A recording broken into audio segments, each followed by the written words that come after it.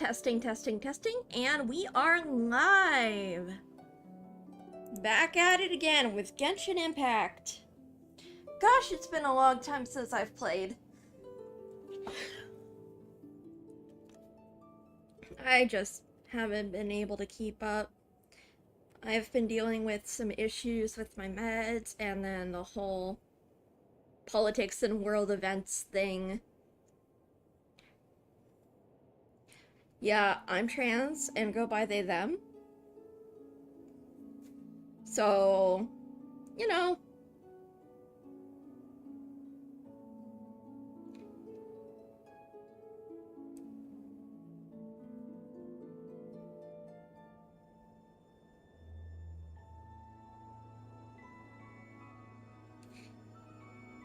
It's been rough. But I'm doing my best to hang in there, and thankfully I'm in California, which is one of the only 9 states that hasn't introduced some kind of transphobic legislation so far. Cross my fingers.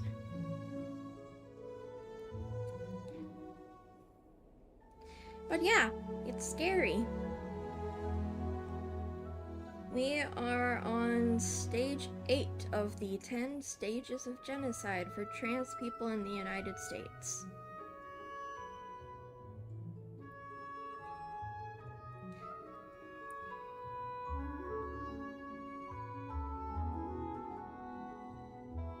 I'm not gonna keep politics out of the streams because, I mean, like, it's affecting me directly. And honestly, it would be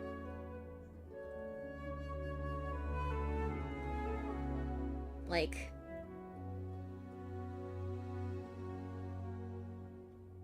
it would be way too difficult.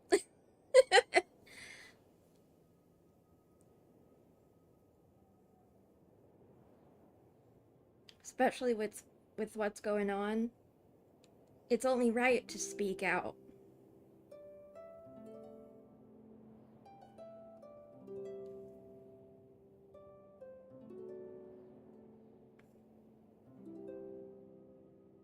Whew.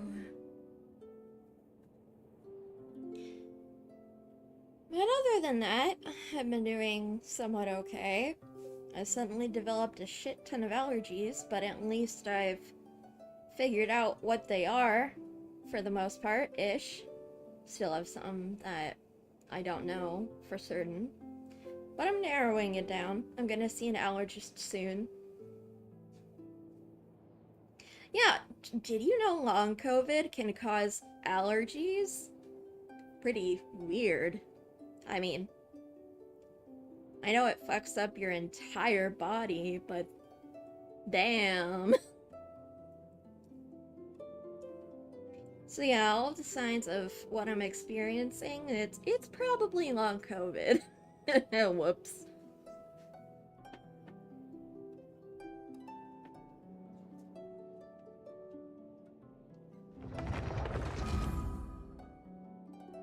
Oh. I also developed lactose intolerance, which really sucks because 95% of the things I can eat have dairy in it. And the dairy substitutes, they just taste gross. I don't know how vegans can do it.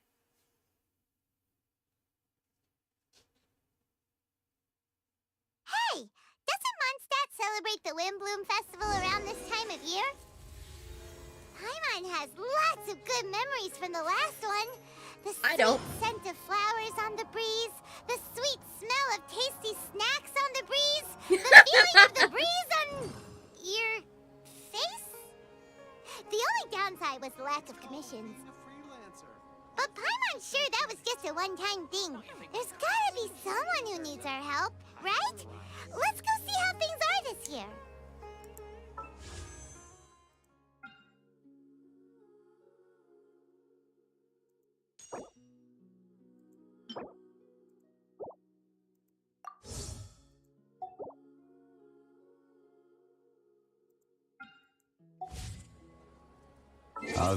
Damn, it's been a while.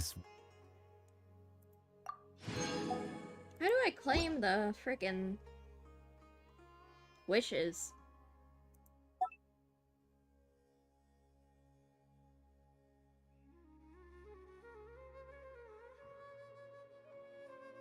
Let's do that later. Wind.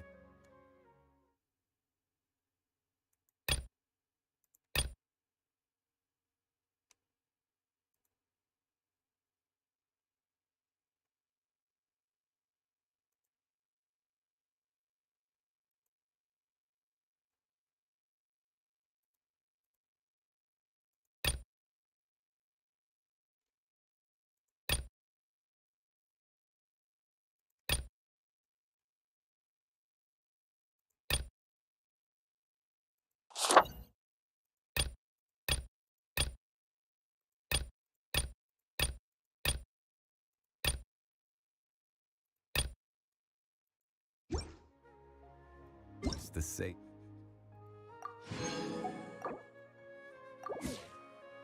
Hold up, let me search up how to claim the wishes for the previous Archon quests.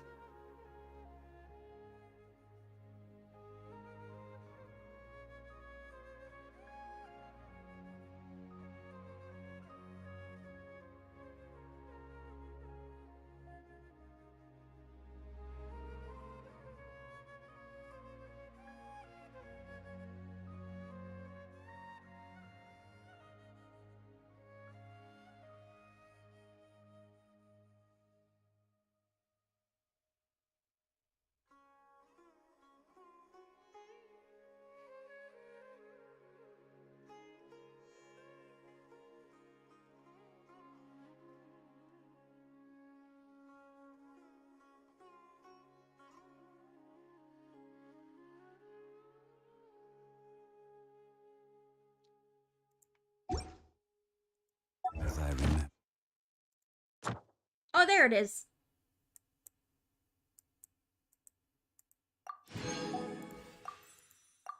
Oh, I gotta do these one at a time.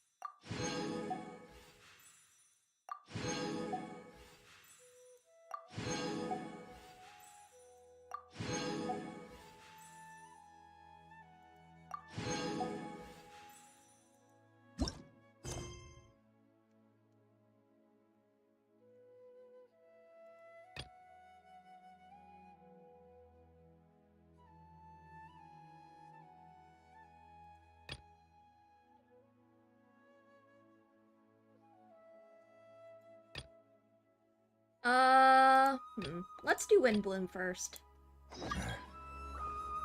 But where are those who share? Once, there was a glorious...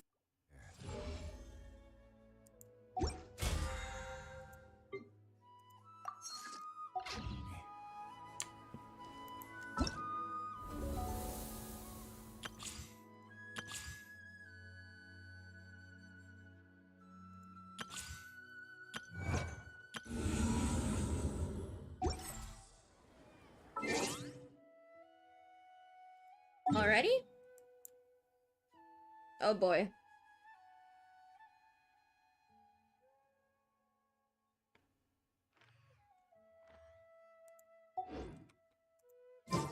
Ad Astra Abyss.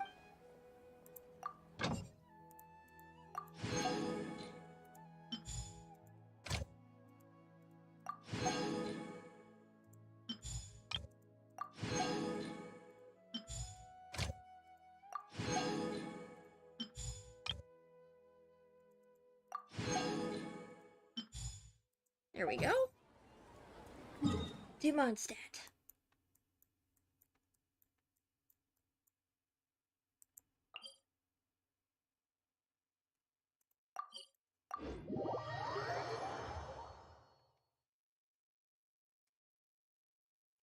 Oh, also, trigger warning for anyone. Elliot's VA voice actor, or I mean Tainari's voice actor, Elliot, will be in this update.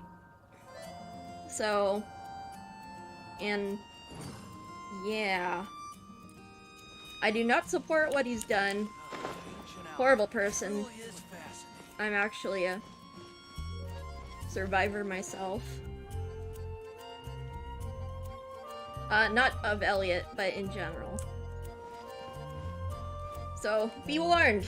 Turn back now! Hey there, Catherine! Good day, you two. It's nice to see you here at this festive time. So, got any jobs for us? I'm afraid I'd struggle to find you any commissions in the near future. With the arrival of the Windblume Festival, the only task most Mondstadters are busy with is preparing gifts for their loved ones. But it's customary to do this oneself without assistance. Think of this period as the off-season for the Mondstadt branch of the Adventurers Guild. Oh, hello, baby. I have a kitty with me. Spring is here, love is in the air, and Love everyone is wants in to the relax and air. enjoy themselves. Even the cats at the tavern next door have been getting lovey-dovey with one another recently. Lovey-dovey. Ew. Gross. You know that feeling you get when you burst out the doors after a nice nap, hoping to make it to the store before the limited edition drinks sell out, only to get there just in time to see the last 2 glasses snatched away right from under your nose by a couple of pesky lovebirds? That's what this feels like. Perhaps you two could simply take this chance to... Traveler, Paimon, thank goodness I found you. There's something I need your help with. Whoa! Sucrose? What is wrong with you? That's no way to greet a friend we haven't seen in so long. No, not help like in the Windblume sense. It's just... How do I explain? Go ahead, Sucrose. We don't have anything else to do right now anyway. Phew. Okay, here's the situation. I've been appointed as the Windblume Festival's special ambassador by the Knights of Favonius this year. My task is to do good deeds for people during this festival of gratitude and love. Aww. Nice one! So how did they decide who to appoint anyway? They spun an empty bottle donated by Angel's Share inside a circle with all our names on it. Whoever's name the bottle stopped at got chosen. I think so too. But everyone said that it was to make it fair, so everyone had an equal chance to become the special ambassador. The thing is, I'm not great at dealing with people, so I was really daunted by it at first. But I'm still glad that I got this role. Luckily, I came up with a way to spur myself on, which has helped. Have a look. An empty vial. Is that a test tube? Yep, every time I do a good deed for someone, I get them to breathe into a test tube. That way, I can collect everyone's breaths of joy. Sounds fascinating. Are you gonna use them in your research? Yes. I believe these breaths of joy will serve as valuable raw materials for alchemical transmutation. With any luck, I'll be able to produce something truly miraculous. Darn, now Paimon's hungry. Wait, you're doing this on purpose, aren't you? Actually, I meant something even more exciting than that. I can't say for sure until I have more test results to confirm my hypothesis, though. Alchemists mustn't make claims they can't live up to. Anyway, I'm still missing one final breath of joy. Oh, is that all you need help with? That's easy. Just treat Paimon to a sweet madame. Then you'll get your last breath of joy. Hey, come on! Paimon's doing her best to help, okay? So, does it need to be more like official or ceremonious or something? No, joy isn't measured in those terms at all. Let me put it this way. Have you ever planted a fruit seed and cared for it while it grows? In the same way that those tender, sweet fruits are the product of your time and effort, the amount of joy derived from an experience is positively correlated to the degree of hardship overcome during it. I'm not sure if that's accurate, but okay. For example, in my case, I would say that to experience a statistically significant amount of joy, I'd have to do something like spend 6 months developing a medicine formula to a point where it was finally consistently effective. Similarly, in order to collect a significant amount of joy from other people, I have to find ways to do something sufficiently challenging on their behalf. Oh, Paimon gets it now. Long story short, you want us to help you find people for you to help. Oh, that's pretty tough given that it's the Windblume Festival and all. Oh, I figured since you're such experienced travelers, you might have some ideas. But if even you don't know how to approach this... Yes, you're right. Well, if he's in, then Paimon will help too. With the talking, anyway. But, if things don't work out, can Paimon still get that sweet madame? Oh, come on, Traveler. This is a festival of gratitude and love, after all. How could you refuse? Excuse me, Sucrose? Could I borrow you for a second? Package for you. Oh, sure. Be right back. Wait, is that who Paimon thinks it is? That's Kale, right? When did she arrive at Mondstadt? Let's go say hi!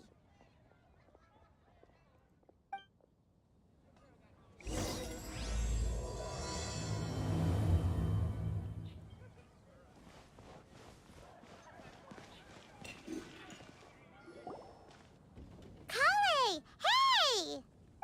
Oh, hey you guys. What are the chances? You were staring into space just now. Something the matter? No, don't worry.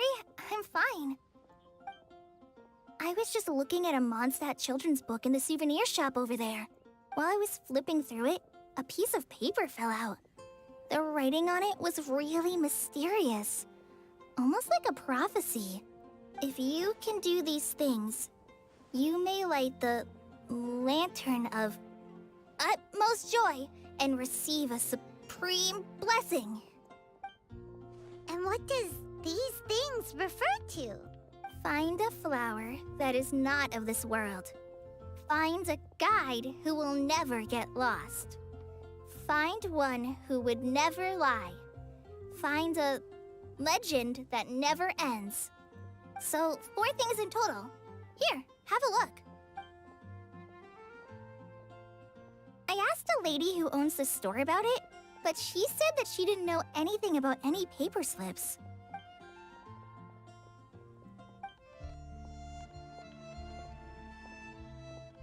Hi there. Sorry to butt in, but what's the name of that storybook you just mentioned? Oh, it was called The Boar Princess. That is strange.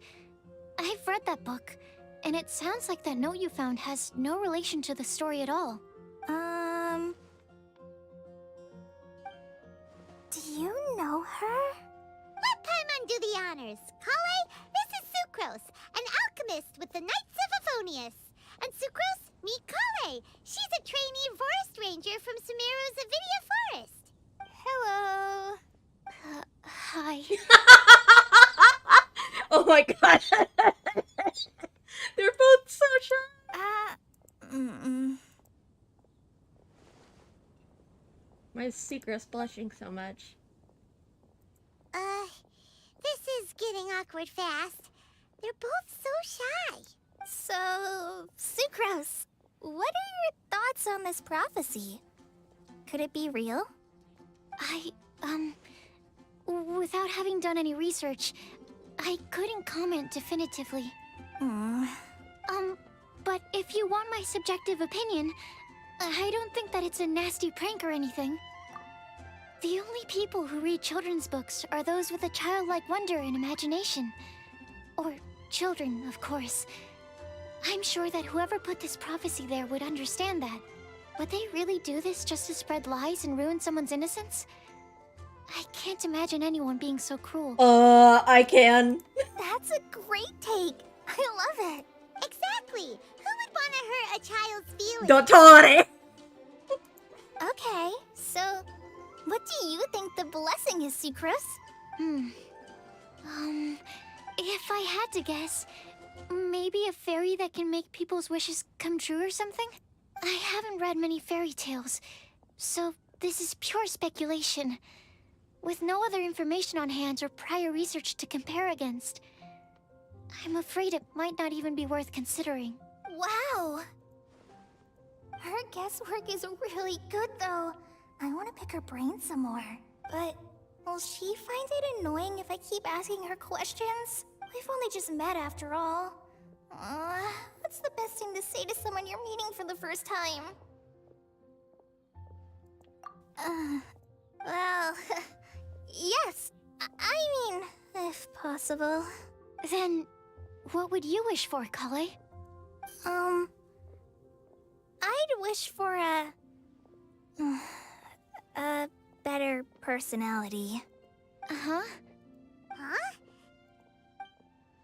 You can't waste it on that. You've got a great personality already. That's very kind of you. But if you know me like I do... Kale! I know that voice! It's...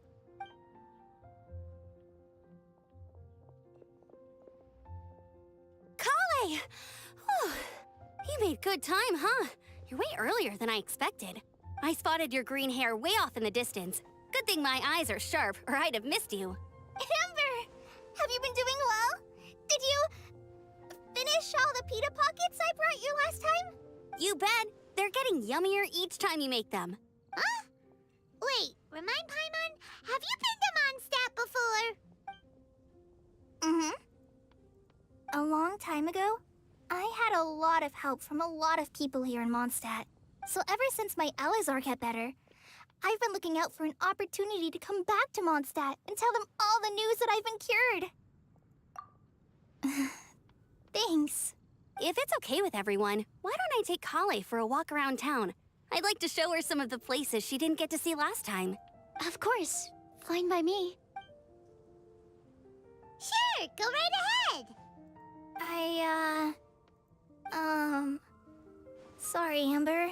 I agreed to meet my traveling companions by the city gate in a few minutes, so I can't go with you just yet. Oh, that's all right. In that case, you guys go rest up, and I'll go see Master Jean to ask for some time off. Oh, okay. Traveler Sucrose, could you look after Kale for now? I'll come get her later and take her out. There's still a whole bunch of people I need to introduce her to. Sure, no problem. Awesome. See you later then.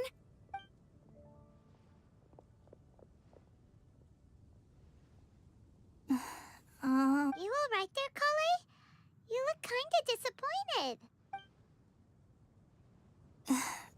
I'm sorry. I'm just feeling a little shy today. Don't worry about me. Amber wants to introduce me to more of her friends. Am I gonna be able to cope? I've only met Sucrose so far, and I'm already struggling to make conversation. I wish I had a little more self-confidence. Then I'd find it much easier to make friends with people. Poor Kale. It's nearly time! Let's go to the gate and see if they've arrived.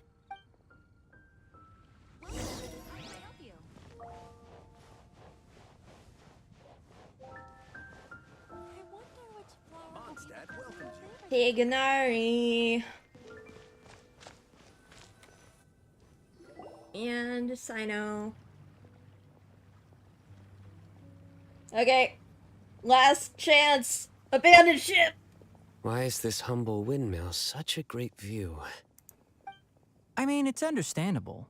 It must have been a long time since you last came to Mondstadt. Because it is the true Great Vayu Viastra? Oh, come on. Don't tell me you don't get it. View, Vayu, and also Mahamatra, Vayu Viastra? No? Kainari, Sino, over here! Whew, am I glad to see you.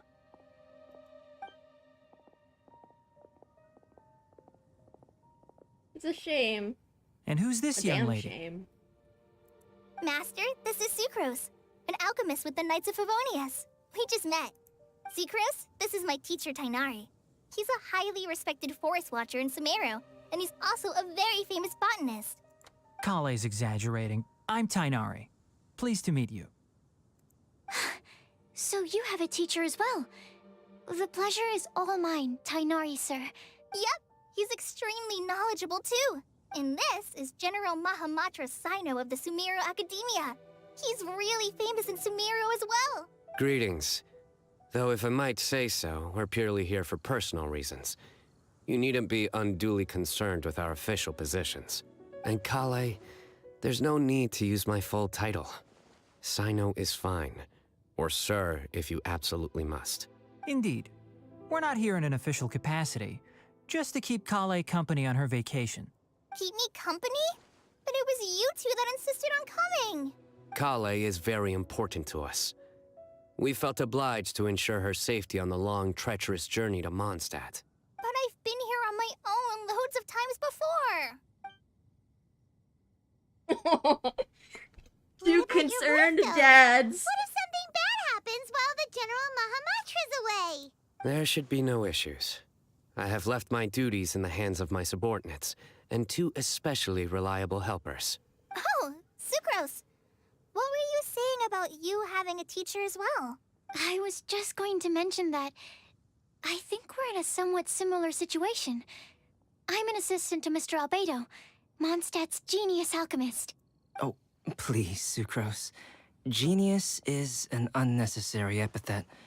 It will serve only to leave an exaggerated impression of me in the minds of our guests. Albedo! Albedo, it's been so long! Oh, I've missed you. Mr. Albedo, but it is an objective truth. Hey, Albedo's here too! Great! The more the merrier! Not for Kale. Hold up. So tell me, Sucrose, since your specialty is bioalchemy, what do you know about the antitoxic properties of the calla lily?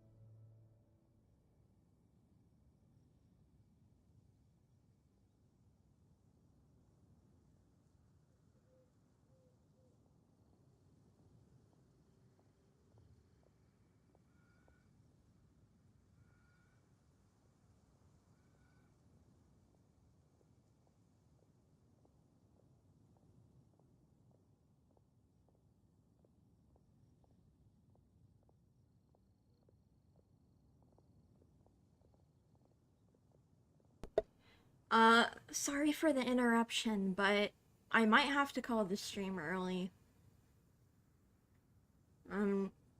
My brother seems to be having a real hard time right now. Or at least take a break.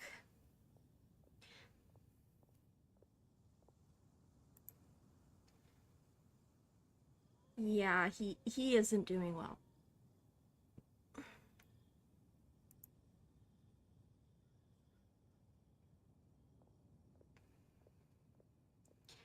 I'm not sure what to do.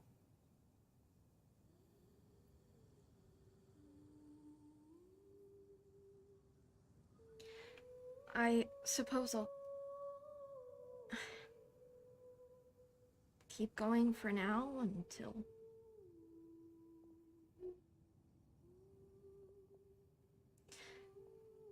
Yeah, I'll just do a bit, and then we'll call it early. I might stream later. Wait! Oh wait, I missed that. Can we hold off on the nerdy topic for now? Paimon doesn't want to be left out. Oh, as it happens, I've studied the calla lily in quite some detail before, with it being a species native to Mondstadt. Yay for nerd I wrote a talk! whole report on my findings. If you're interested, Mr. Tainari, sir, I can go get it for you. Mr. Tainari! Oh my god. We're supposed to be here on vacation, and you're already thinking about how to improve your herbal medicines? Also, I thought we'd agreed to take on new identities for this trip. What new identities? Mine was Adventurer Sino, skilled desert explorer. Tainari's was technological consultant to the treasure hoarders, and Kale's was traveling musician. Very much so. I do wish some of the less cautious adventurers in the Avidya forest would consider coming to Mondstadt instead. What Philanimo mushrooms lack in texture, they make up for in not causing vomiting or diarrhea. Are you contemplating using some compounds from the calla lily as active ingredients in a targeted antidote? Yes, I gathered a few on the way here, and my initial research suggests to me that it could be worth a try. Okay, I got it. But as much as I don't wish to be a wet blanket, it takes a huge amount of experimental data to conclusively prove how different drugs interact. Estimating the total development time would be very difficult. Add in the time for procurement and delivery of essential materials, and I'm not sure if we could complete development before you need to return.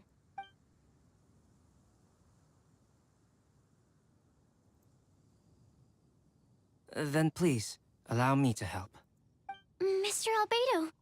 Apologies for my tardy entrance in the present discussion. I understand you're looking to make an antidote for poisonous fungi, correct? If you happen to have some samples with you, or relevant documentation on hand, perhaps you might give me the chance to review them later. But before that, I invite the three of you to look at this.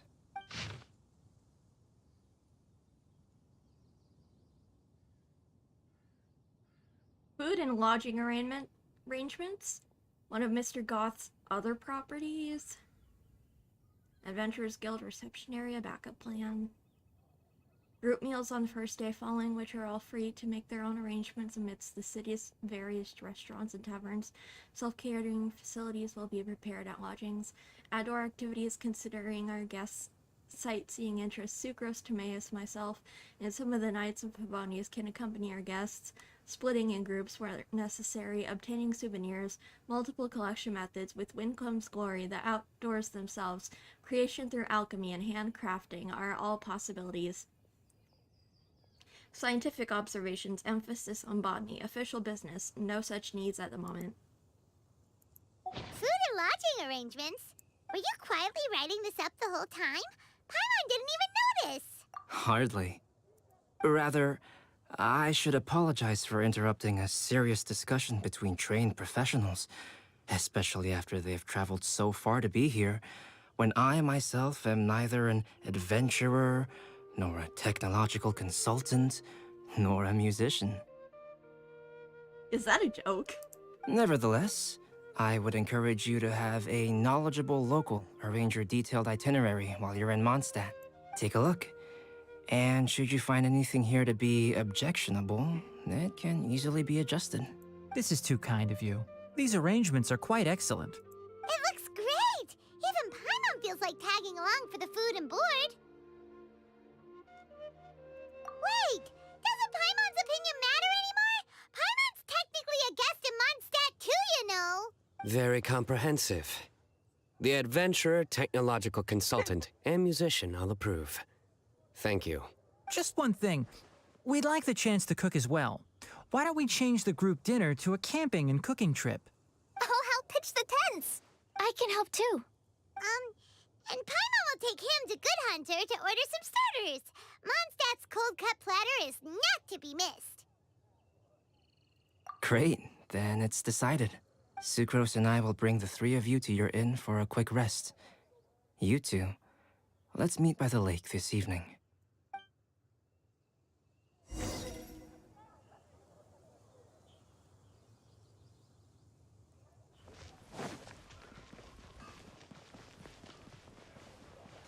Joel. Sprint.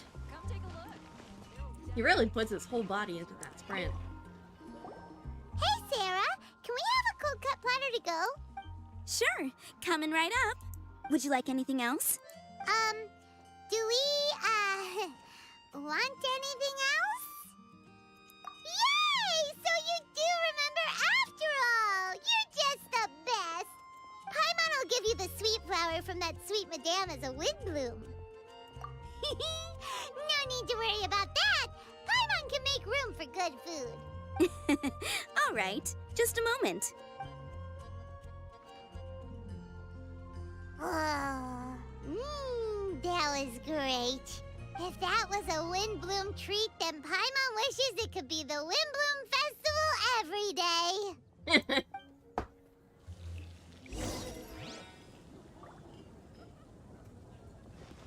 Camping site. Where are we camping? Oh. Strange place to camp.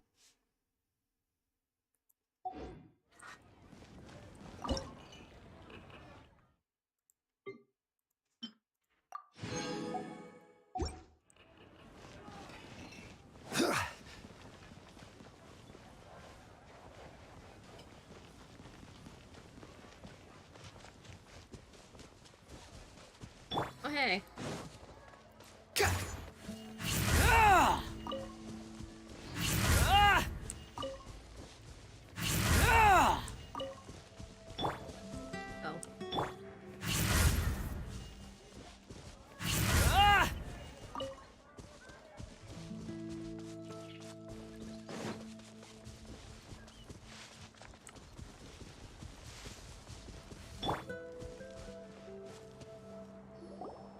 All right, looks like we're all here.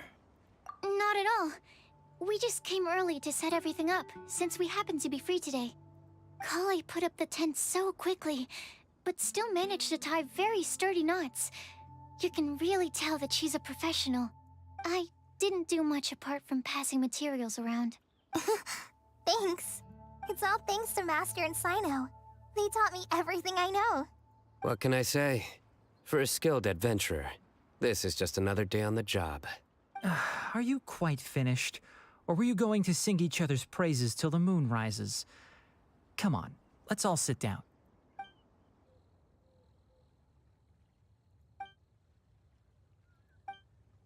That sunshine sprat was really very good.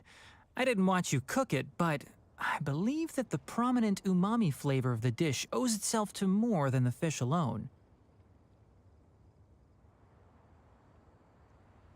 That's correct. Any further deductions? Let me think.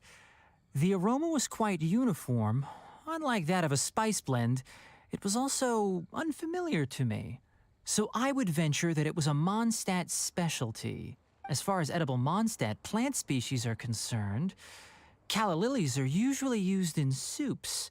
So if I had to guess, small lampgrass? That's right. I've long heard that Sumeru's fish with cream sauce is noted for its gentle texture, which brings out the tenderness of the fish.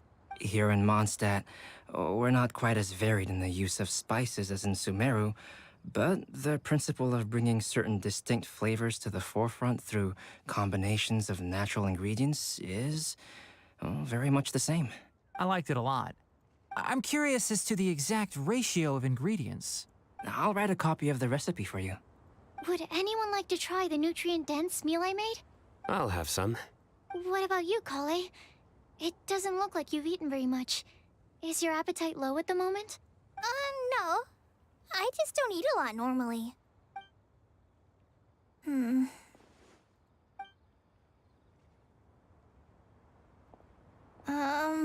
Sorry. I didn't mean to make things awkward. Tainari, while we were on the road, we spotted something white, walking on two legs. Was that Paimon? Which day was this? Just after passing through Stonegate. Sino, are you sure sure your eyes were working that day. Or maybe your hood was blocking your vision. Paimon always flies. There's no way she'd ever walk. Is that right? Wait.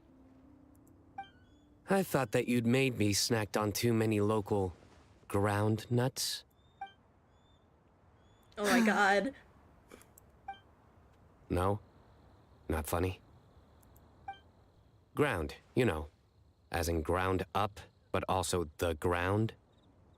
Ground nuts make you fall to the ground. I love it.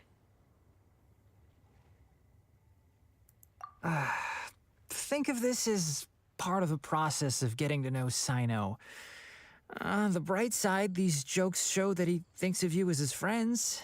Still, we could test the hypothesis. What hypothesis?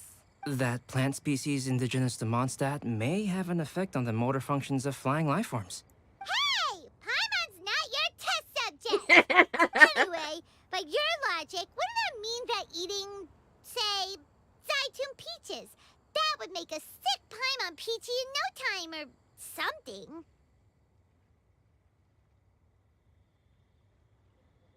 Hey! Not you two!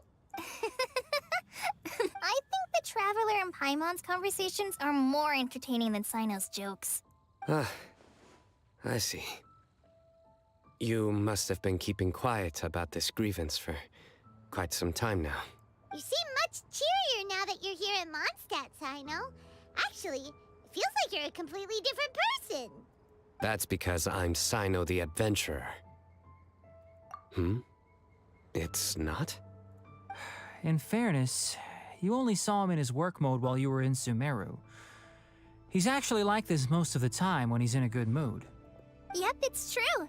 Sometimes when he's eating, he'll grumble about how the bowl is too shallow for the amount of food it contains and other random stuff like that. I understand. Then allow me to reintroduce myself. Before, you knew me as General Mahamatra Sino. Now, please see me as Sino the Adventurer. Yeah, so that's another thing he does. He'll keep repeating something he thinks is funny until you stop trying to resist. So you have two different mental states? Almost like different phases of matter. Interesting. I want to learn to do that too. I think in your case, the two states we would end up with would be highly conscientious sucrose and stupefied sucrose. Oh, by the way, was there any reason in particular that you chose Mondstadt as your destination on this occasion? Oh, well, Lisa once told me that the Windblume Festival is one of Mondstadt's biggest events of the year. I wanted to take this opportunity to give everyone a Windblume as a token of my heartfelt gratitude for everything they've done to look after me. Plus, it was a good chance for Kale to get out and meet some new people. Kale Lily. What? Kale's Windblume. Maybe she should call it a Kale Lily. It sounds very Mondstadt. I love it! There's also cauliflower, which would technically make more sense. But somehow, it doesn't sound as nice. Y'all are just being mean. I love this. Moving swiftly on. Wow. He just completely ignored the joke and carried on the conversation. Guess sometimes that's the only way forward. Sumeru's been through some major changes recently, and things at work have only just started to calm down. I don't get many opportunities to take a vacation, and this was a chance to join Kale on her trip while also learning a few things about Mondstadt's flora and fauna that I'll be able to pass on to my peers and students on my return. Two birds with one stone. How about you, Sino?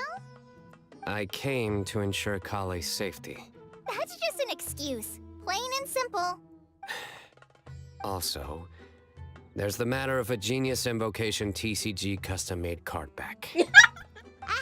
So you did have an ulterior motive. Have you all played Genius Invocation TCG before?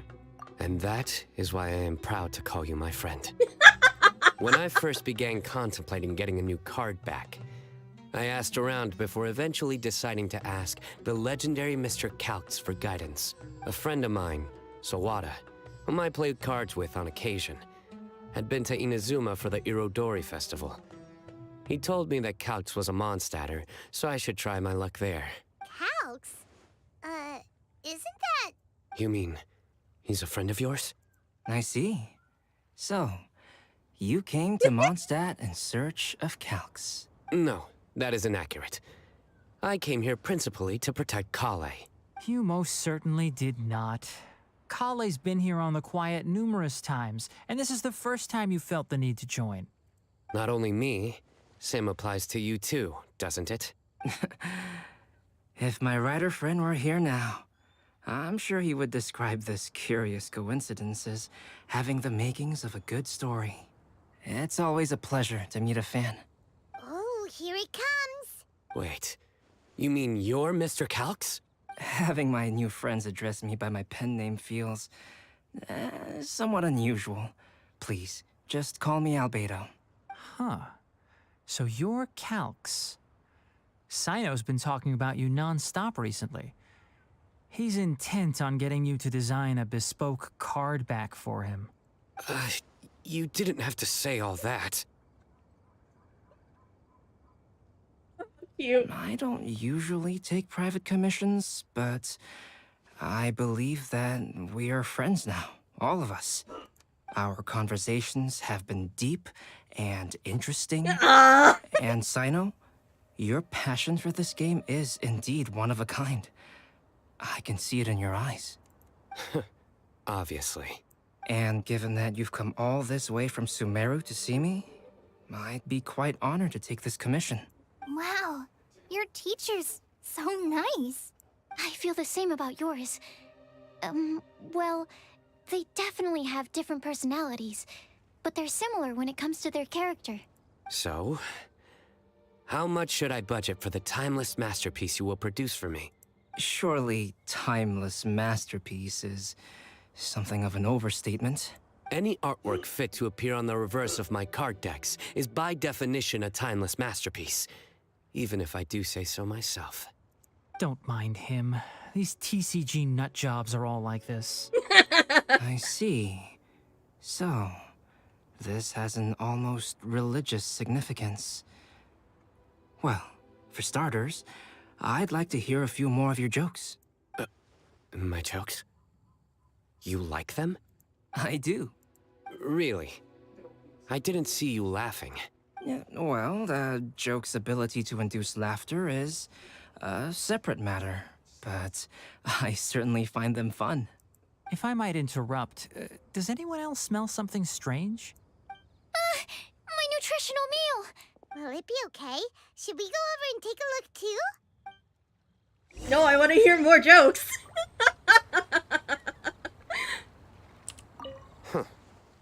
So, a good joke is not necessarily required to make people laugh at them. I'd be grateful if you could check on Sucrose. As for our new friends here, leave them to me.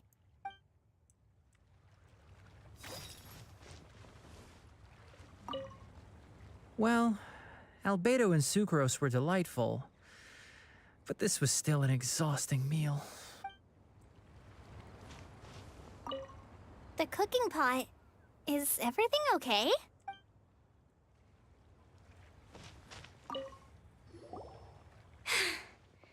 Only the base is burned. We can still use the cooking pot. It just needs a bit of a wash. Good thing Tainari's nose is so sharp. Has he been in this kind of situation a lot before? I know, it's just...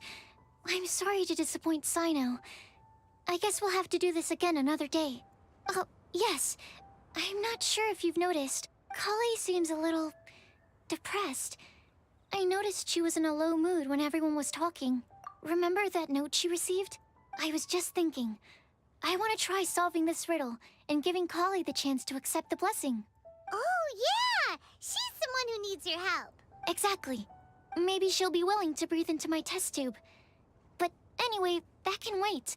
As much as I'd like to make progress in my research, I'd prefer to see her smile. Aww. All right, we'll help out too. You will? Then tell me, New ship. honestly, do you think that this prophecy is for real too? Mona? All right. Let's meet at the alchemy crafting bench in the city. I've got some thinking to do in the meantime. We're back. Oh, what a shame. You just missed a joke about windmills. Stop, please. I don't need to hear it a fifth time. That bad, huh?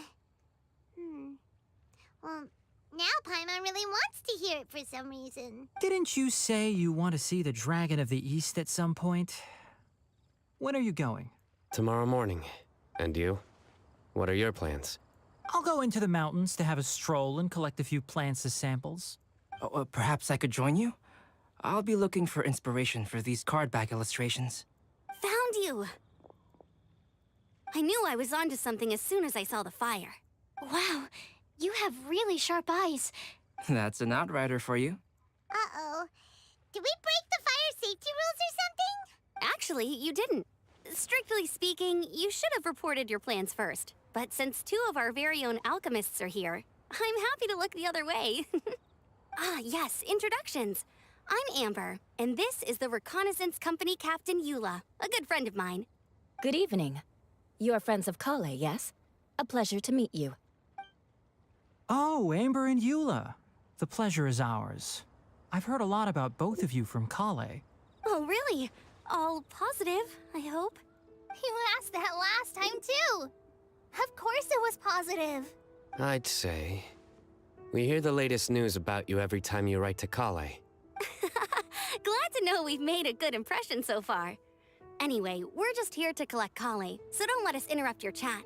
Come on, Kale. We're gonna take you to check out a few scenic spots. Okay, great. Still as high energy as always. You know Amber? Yes, we've met. She's Kale's most important friend. And for that, we are also very grateful to her.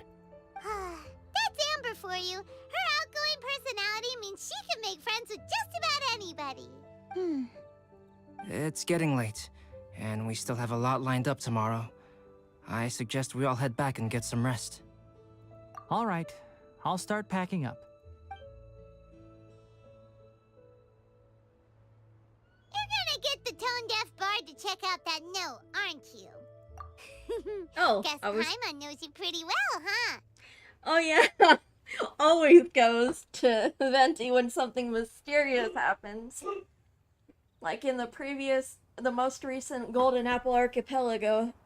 Knowing him, he should be hitting the taverns around this time. We can go corner him and make him answer our questions. Let's move! Corner him.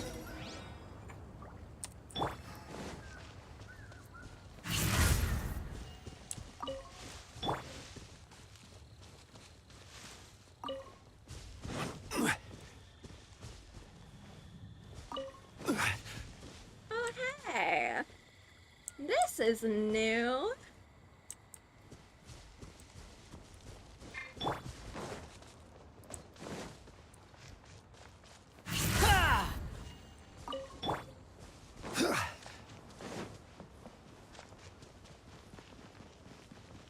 But yeah, I do the Archon quest, but like I want to do the timed event stuff first. Archon quest will always be there. Oh, it's been a while. Paimon called it! Tone-deaf bard drinking as usual. Put your drink down and get your game face on. We've got some important questions for you, mister. Okay. What the fuck, Paimon? So, what do you make of it? Aren't you forgetting something? It's the Windblume Festival right now. You can't just go around asking people for help so blatantly. Well, if you won't tell us the answer, could you at least tell us if this thing's worth a shot? Sounds to me like you want a hint or two. A fine answer. The person who wrote this prophecy is very powerful. If you manage to solve the riddle, good things are sure to happen. Also, I happen to know where this lantern is. Once you've found the 4 things, I'll even write the location down for you. Isn't that generous of me? Whatever. We weren't expecting much from you anyway. Paimon! Stop being a rude little bitch! You can get back to guzzling wine and blowing wind now. He did give us a pretty good hint and even promised to take us to the spot. Woe is me. Paimon sees me as nothing more than a drunken wastrel. There are actually a great many things that we bards are required to do. It just happens that enjoying life is the most important one. Once this is over, would you like to join me for a drink? You know, a favor for a favor.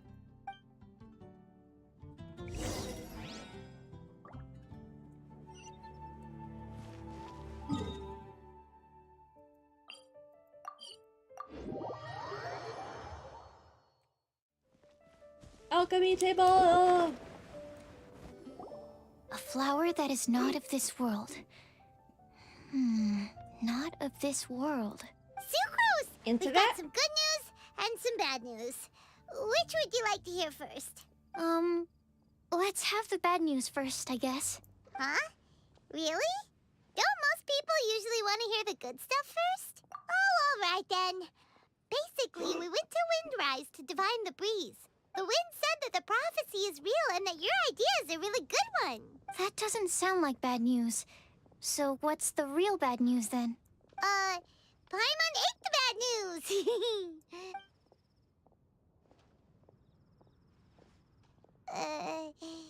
Blame Sino. If it's not funny, then it's his fault. It's fine. Well, that puts my mind at rest. Now, back to the other issue I've been mulling over. I was thinking about the flower that is not of this world. It could mean a human-cultivated variety that doesn't occur in nature. But that's basically claiming that it doesn't come from this world in the first place, when actually it's just a variant of an existing breed. So, the initial question is, can the flower's origins be traced back to a natural organism? If so, it cannot be correctly described as not of this world. But then, supposing we identified something outside of that category, whose job would it be to decide whether it belongs in this world or not? Then the question becomes, do of this world and from this world mean the same thing? Or is it deeper than that? Whoa, slow down! Paimon's head is already starting to spin. Okay, I did have one other line of thought as well. What about a flower created using alchemy? Would that be not of this world? Albedo may know the answer, but asking him right away would be like asking the teacher for the answers to your exam paper. It would render our search for the truth meaningless. I'd rather try and figure this out for myself. Could it be the Windblume? Oh, now that you mention it, that's definitely a possibility. The Windblume doesn't refer to a specific flower. Everyone defines what it means for themselves. In which case, the Windblume doesn't exist in reality. This does seem like a promising direction. I've made a note. Okay, I better go read up on this. Yay! Paimon was actually useful this time! Guess we have that sweet madame to thank, huh? I'll need some time to prepare. Could we meet up here in, say, 2 days' time? Sure thing! In the meantime, we'll also think about the other 3 riddles in the prophecy. But, since we're really going for this now, shouldn't we say something to Kale about it? I originally wanted to leave it as a surprise for her, and I also didn't want to get her hopes up over nothing. But you're right, Paimon. I'll need to be careful how I word it. But I'll try to find some time over the next couple days to mention it to her. All right. Thanks so much.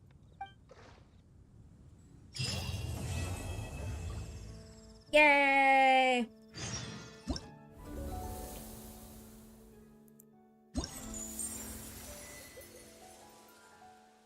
Pretty.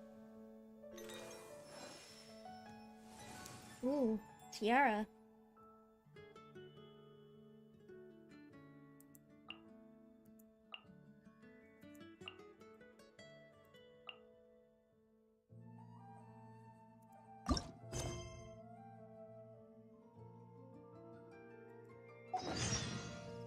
Every journey has its final day.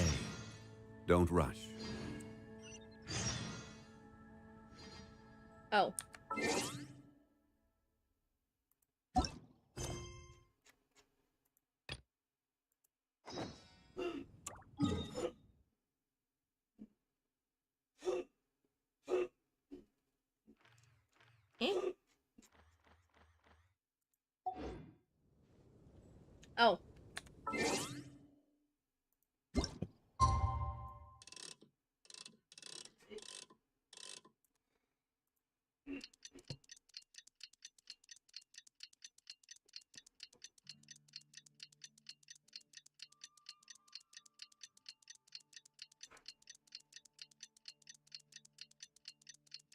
Do do do do do.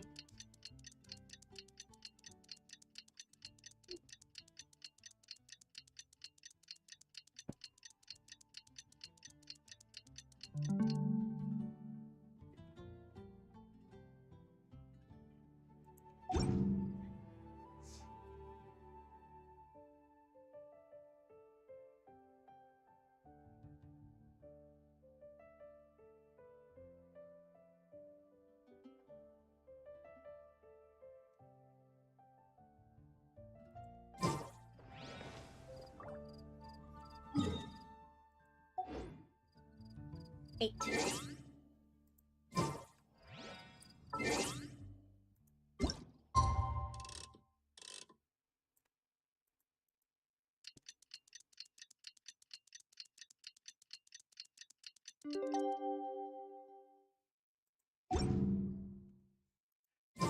Today's the day. Let's go meet up with Sucrose.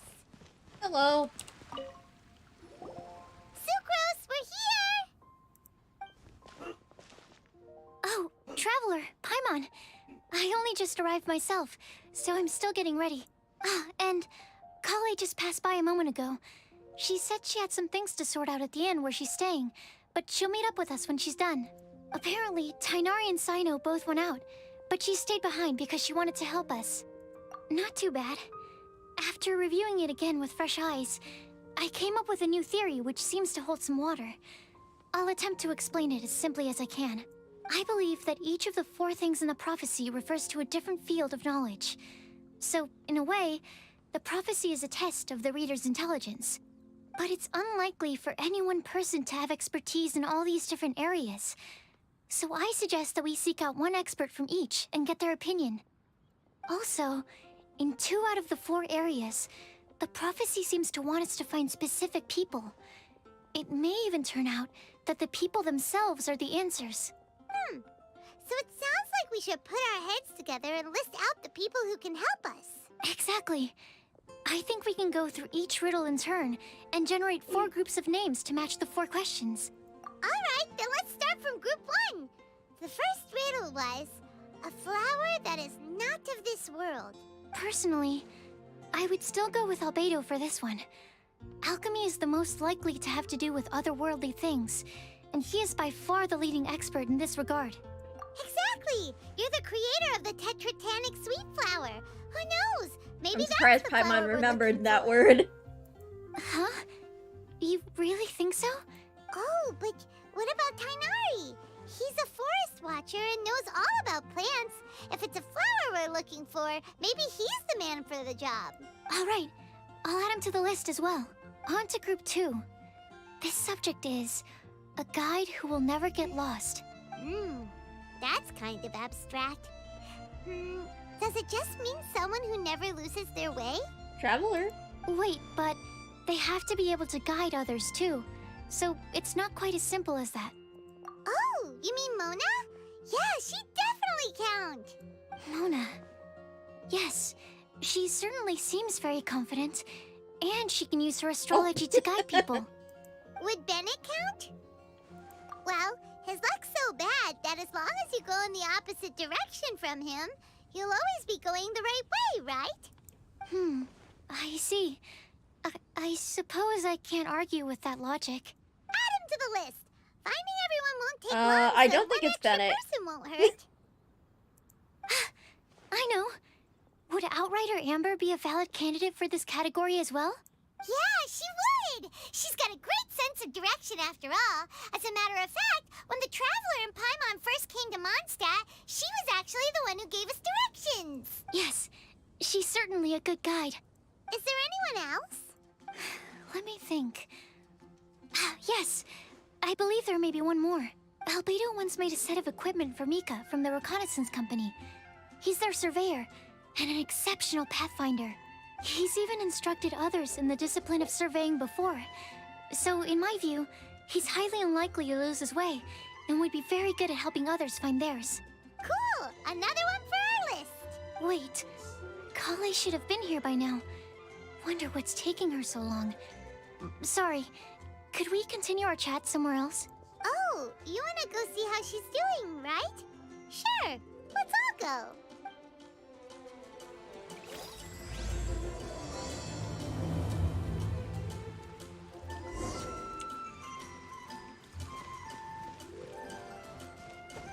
How many properties does this Mr. Goth guy own?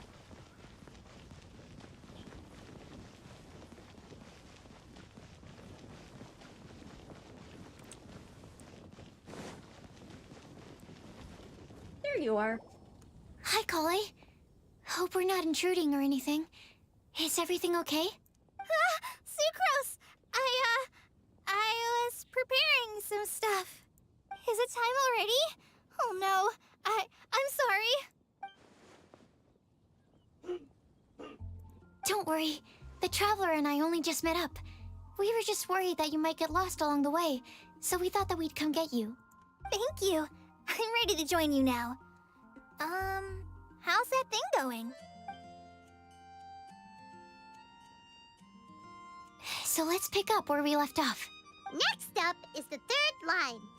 One who would never lie. Anyone spring to mind? Why is it just Diluc when he lies about being the Dark Knight hero? You really think so? Seems like it would be pretty difficult for someone in his position to avoid having to lie.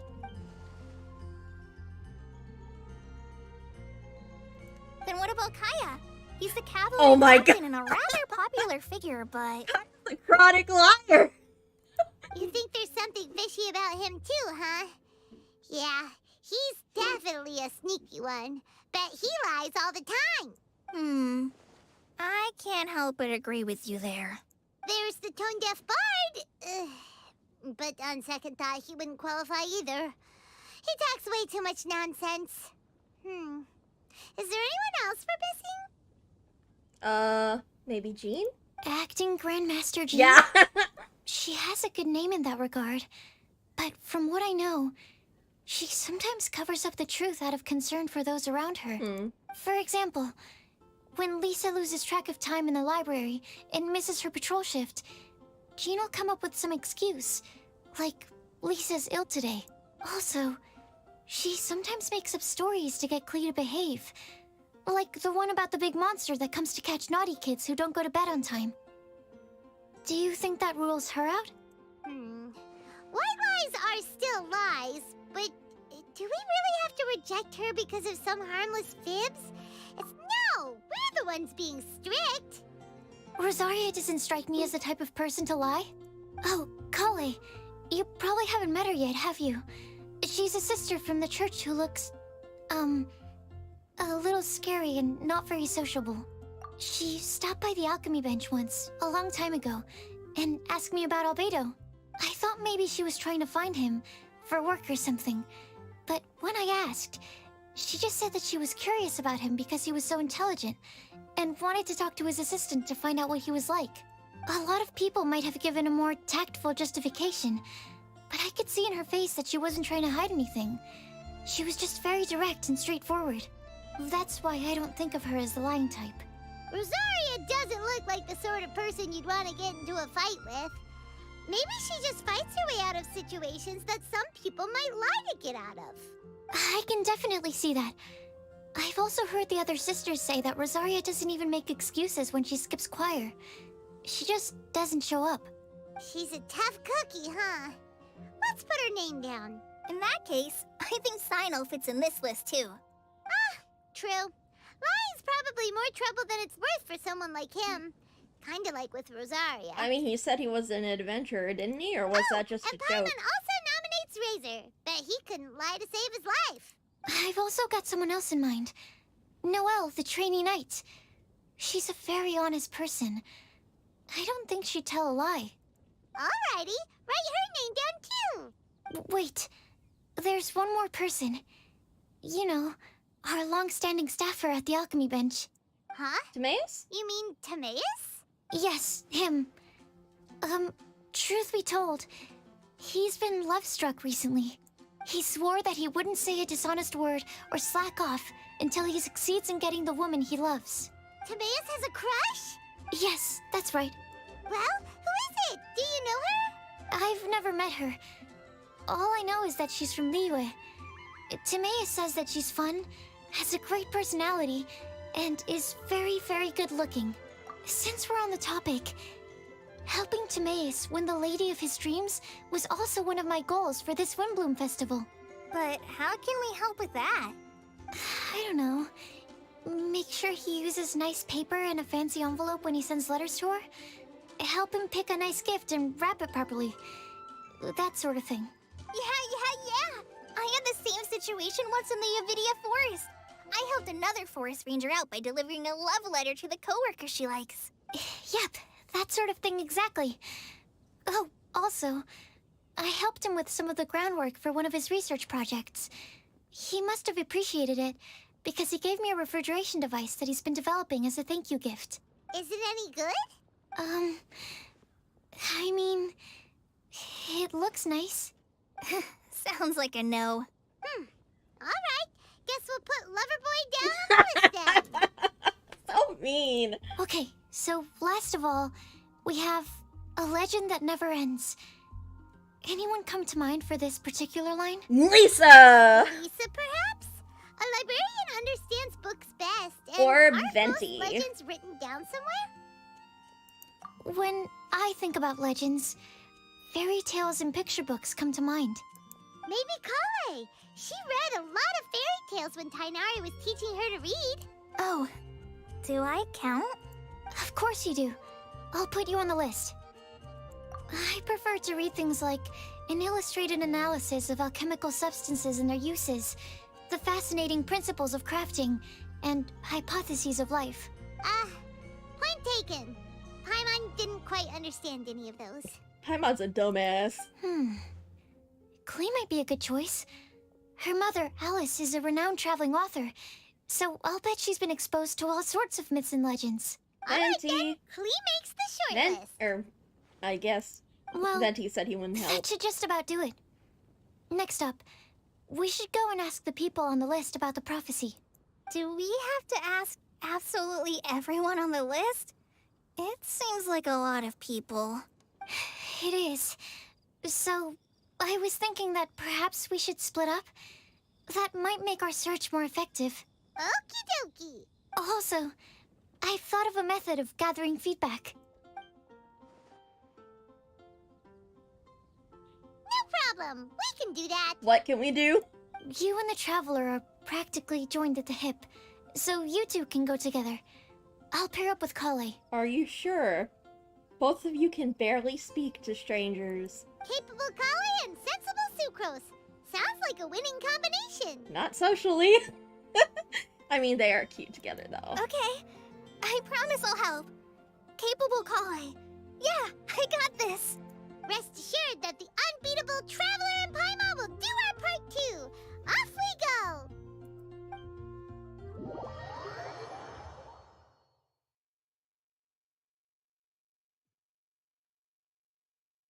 I plan on starting from the person with the most defined stronghold.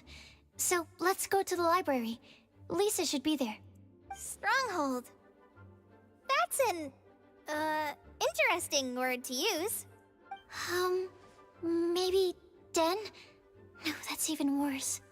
How about layer? Oh! Hello! We get to play with Sucrose and Kale. Here we are, Lisa's lair. Oh no, that was a bad word choice. Now Sucrose is using it. It's all my fault. Lisa, might I ask if... Huh?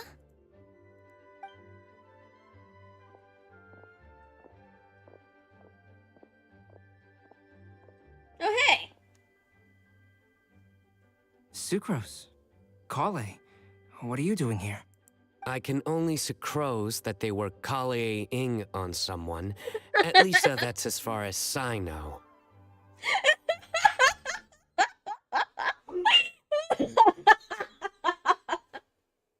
Oh. Sucrose, just stop it with these puns. I beg you. Are you trying to win worldwide fame for unfunny jokes? I don't understand why Tignari hates puns. Puns are like one of the most intellectual forms of humor. It takes quite a knowledge of language. Is Lisa not here at the moment? Surprising, isn't it? She went out. I'm afraid it's just us here looking for information. Except me. I'm not here for information. Like you, I came here for an abortive search for the librarian, who is also my academia senior. Oh, so you studied in the same darshan as Lisa? That's right. Her mentor in Sumeru was also my benefactor. We were both Spontamod students. Wow, that's cool. But wait, we're getting sidetracked. We came here to look for some information. Kale and I are investigating a prophecy, and we were hoping you all might be able to help. Oh? What sort of prophecy?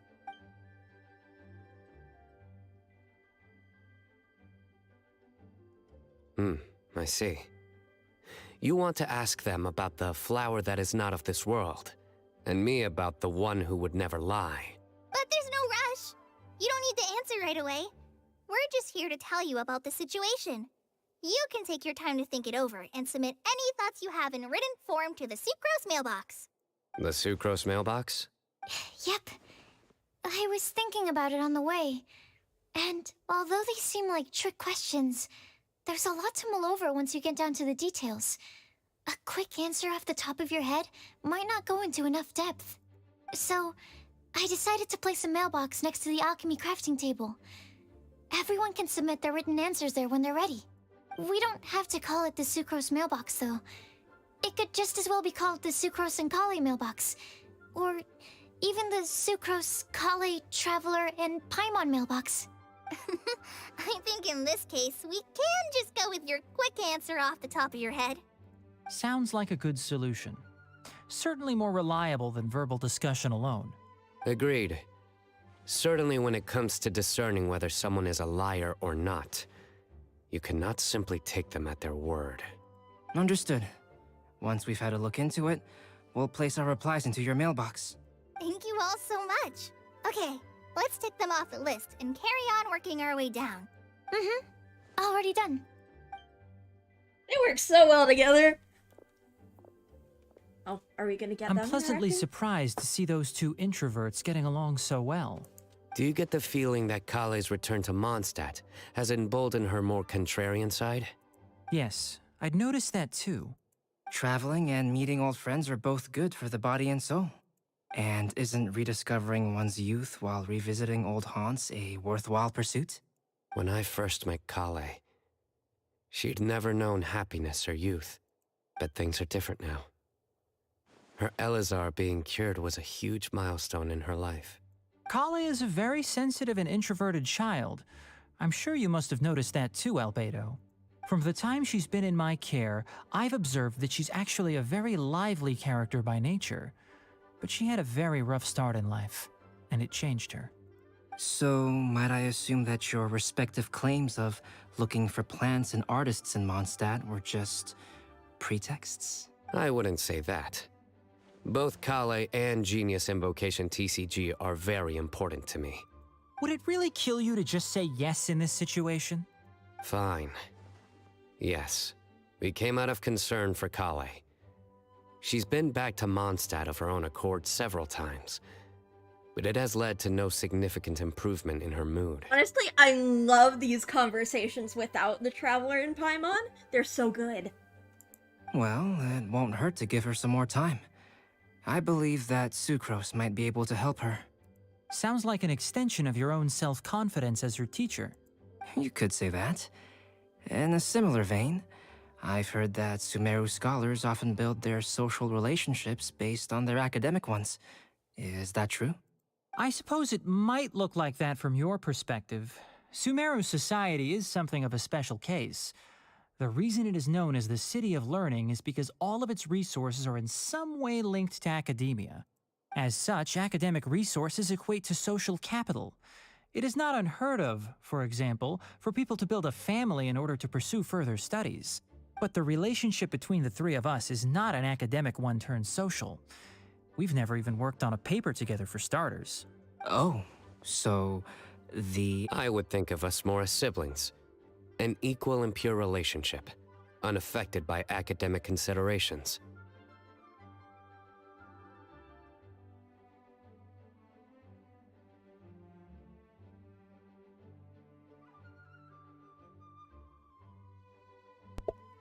Apparently this was a mistranslation, I've heard.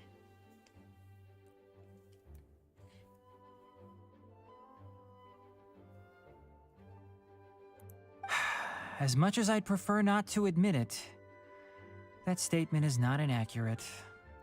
I can understand that position. I have a younger sister myself, and it's only natural for me to be protective of her.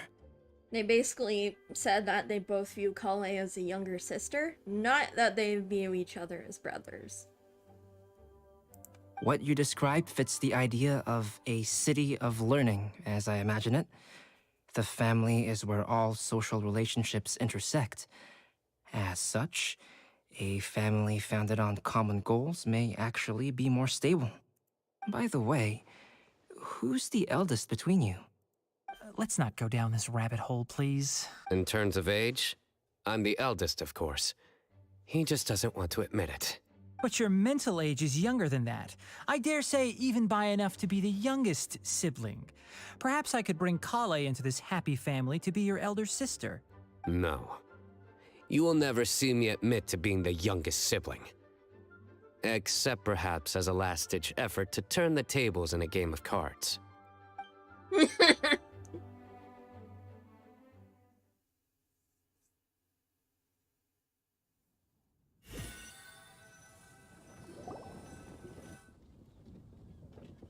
Guess we'll leave Kale and Sucrose to it. Fingers crossed all goes well for them. Now then, where should we go first? Let's try our luck at the bulletin board, shall we? A lot of people tend to show up there at some point in the day. Maybe we'll get lucky.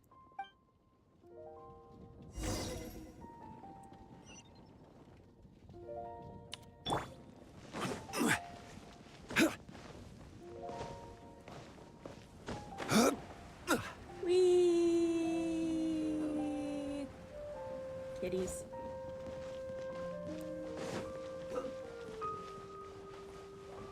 Oh, they are. Nice! Just as we hoped! There's a load of people here. How come these four are in the same space? Huh? Even Lisa's here. Hey there, Traveler and Paimon. It's been a while. How have you been? We've been doing pretty well. You look surprised, cuties. Is it because of me? Blah. Teacher is not at the usual place. Oh, please. It's not as if I'm glued to my chair. I like to get out for a little fresh air every once in a while. Mika's here today, so I thought it'd be a good time to introduce him to Bennett and Razor. They're all out and about quite often, so it's helpful for them to get to know one another. Hello, everyone. My name is Mika. I look forward to working with you. No need to be so formal. We've known them for ages. They're cool. Windblume. Fun? Actually, we haven't gotten to the fun part yet. We've been busy investigating a prophecy. A prophecy? What kind? A good one or a bad one? Gosh, that all sounds quite fascinating. I can't believe I made it onto your list of names. You really think I'll be able to help? Believe in yourself. Right. Believe in yourself. You're a first-rate adventurer, Bennett.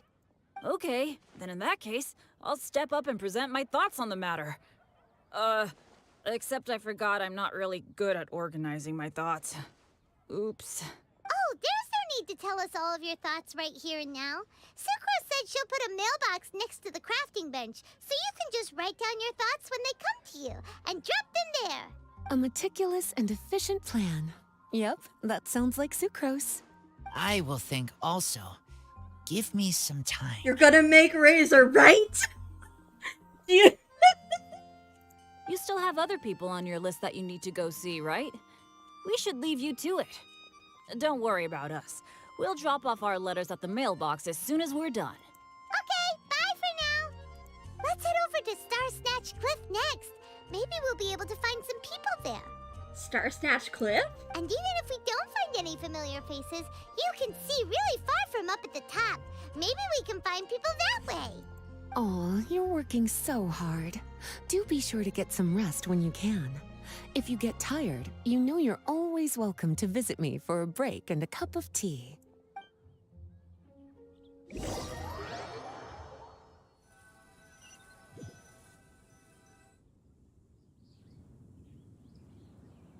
Where to next? Let me check my notes. Huh, this way. Got it. Kale, please follow me.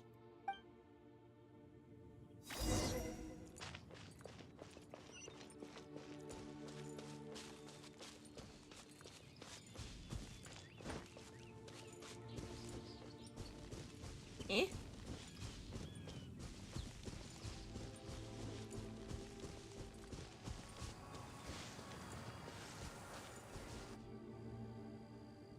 Why are people just randomly lucky day. grouped up all the way There are around? several people over there. I mean, it's probably just for riding convenience, but... Amber? Wow, and Eula's with her too.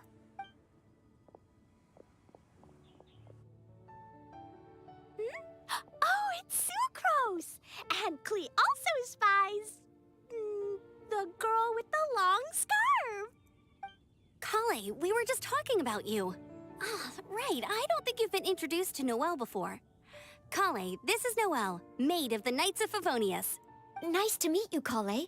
I missed you the last few times you were in Mondstadt, so I'm glad to finally meet you in person. Oh, nice to meet you too, Noelle. My name is Kale. But you already knew that. Relax, you two. There's no need to be so courteous. We're not on some kind of diplomatic mission here. Klee, what are you doing here? Are you planning to blast some fish? Nope. Klee's on patrol with the other knights. Huh. Now that you mention it, it looks like everyone here is a Knight of Favonius except for Kale and me. I'd heard that there was a very young knight in the rings, but it's still a surprise to see with my own eyes. Kale, what do you do? I'm a trainee forest ranger in the Avidia Forest. Trainee? It means I'm not officially a fully qualified forest watcher yet. I'm still learning. Oh, you're just like me. I'm still working towards becoming a fully qualified knight. Technically, though the distinction is hardly relevant right now. This isn't a very formal patrol. We're just chatting. Don't panic, Kale. Just pick a topic and join the conversation. Don't panic. Whatever you do, don't panic. It's just Amber and her friends. There's no need to be nervous. Let me guess. Were you chatting about the new guests in town? Yep. A few folks from Sumeru have come to visit, so we're brainstorming a few nice surprises for them. Amber! Sorry. At least I didn't say anything about what the surprises are. Oh no. How am I supposed to join this conversation now? What do I say to that? Speaking of nice surprises, we've actually had a fairly big one recently. What kind of surprise? Tell me, tell me! I'm saved. Sucrose is giving me a lead-in. Now, I just need to follow on from what she's already started talking about. What an interesting prophecy. I have no idea what the answers could be, though. So essentially, you're gathering information to help you solve the riddles, correct? I'll do my best to help. Thank you so much, Eula. Anytime. There's no need to answer right away. We'll put a mailbox next to the crafting bench for people to drop us a note once they've thought of something. I'll drop something in there for sure. Nice idea. I think we can all commit to writing a note. We'll see what we can come up with. Yep, don't worry. You can count on us. But we do have to finish our patrol first. What route are you taking today? We started in the Stormbearer Mountains, and we'll end at the city gates. You'd be very welcome to join us, but it sounds like you're pretty busy with all this. No. There's always next time. We'll join up with you after we're done working through this prophecy. Oh, yeah, So, we'll be on our way for now. See you later. Have a safe trip back.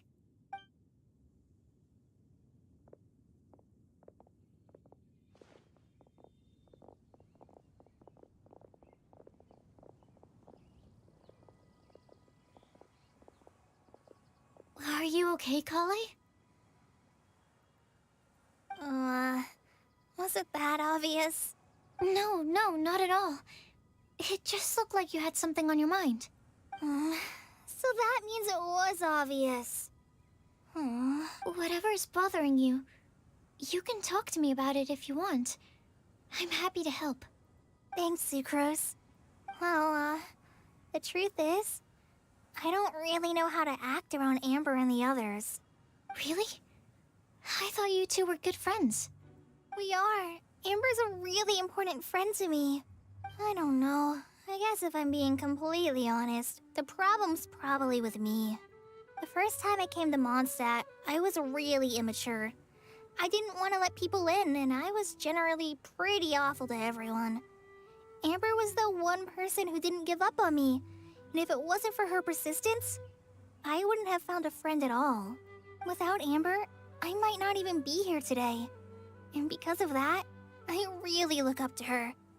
I think of her as my role model, and hoped that maybe one day, I could learn to be like her.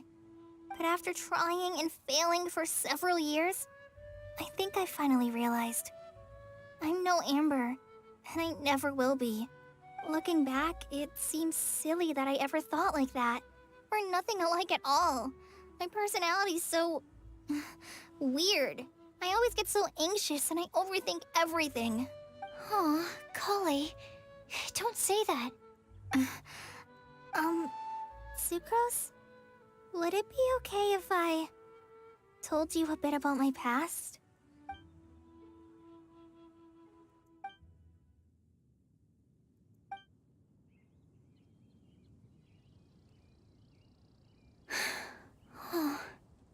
You don't even get to hear about it in game? I already knew bits and pieces about her. But still, why did she have to go through all that? I'm sorry. We've only just met and I'm already dumping all of this on you. This is why I get so frustrated at myself. I'm always doing this. I get into a spiral of self-doubt, and then I end up having to find somewhere to vent it all out. No, it's fine. I'm really glad that you're willing to tell me all this. People don't open up about their deepest feelings unless they really trust the other person. Don't you think? At least, I think it's kind of an honor. And, I mean... you've probably noticed by now, but I don't have the best social skills either. I always just end up talking about the things I'm interested in, and going on and on. But even so, you still listen to me when I talk my head off about alchemy. It's a relief to listen to you talking about yourself for once. If you hadn't told me all of those things, I never would have guessed that you struggle so much. Honestly, I feel like we're very similar people. Really? Yeah. Everyone has their own problems to deal with. I certainly do. All the feelings that you talked about just now, I totally get it. It takes so much more effort for us introverts to fit into a crowd. When you were saying about how you try to think about what to say in advance, and you're constantly terrified of saying the wrong thing and making things awkward, I relate to that so much. Oh, and also that part about studying under a genius. In fact, before meeting you, I'd never met anyone who seemed so similar to myself. Oh. I'm not very good at giving words of comfort or anything, and I'm not gonna tell you to just get over it or stop worrying about it. How about we just sit here for a little while? We don't have to force a conversation if we can't think of anything. We can just sit here together. Aww. Sucrose has stopped talking, but for some reason, this doesn't feel awkward at all. Maybe she's right, and we're more similar than I realized. And Sumeru, I always like to find a quiet place to just sit and watch the scenery, but it's always by myself. I never thought there'd be a day when I could do this with someone else by my side. Mondstadt's breeze is so gentle and soft. Hey, Kale. See that cloud over there? Doesn't it look like one of my test tubes? I don't think so. Sorry. Then maybe we're not quite on the same wavelength on everything. At least, not when it comes to looking at clouds in the sky. Thank you, Sucrose. I feel much better after talking to you. Yeah, it helps a lot, doesn't it? I also vent to my flasks sometimes. The next time I get the chance, I have to show you my Tetratanic Sweet Flower and my Tetratanic Windblume. Your Tetra... what? 2 of my favorite things I've made. They're really cool. I think you might like them. Oh, okay. Yeah, you'll definitely have to show them to me sometime. I brought some crackers with me. You want one? There's cheese flavor or tomato flavor. Sure. I'll try the cheese one. Oh. Aw, look! They're enjoying the scenery together. Shall we go play with them? No, it's fine. Let them sit for a while. We're not what Kale needs right now. She needs a new friend. Someone different who's never met her before. I don't get it. Is there a difference? There is. You'll understand once you're a little older, Klee. People can draw different kinds of strength from different kinds of friends. And right now, Kale needs someone that's just not the same old me. Aww.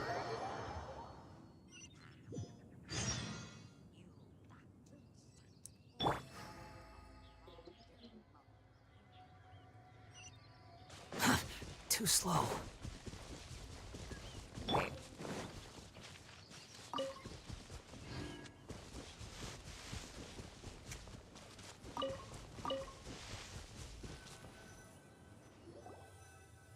Snatch Cliff! We made it!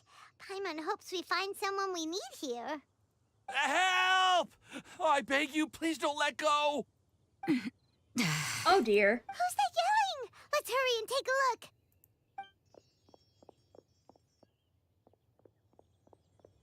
Timaeus? And we also have Rosaria and Mona? What kind of mishmash ensemble is this? Good question. What kind of a motley crew is this? It's been a while, Traveler.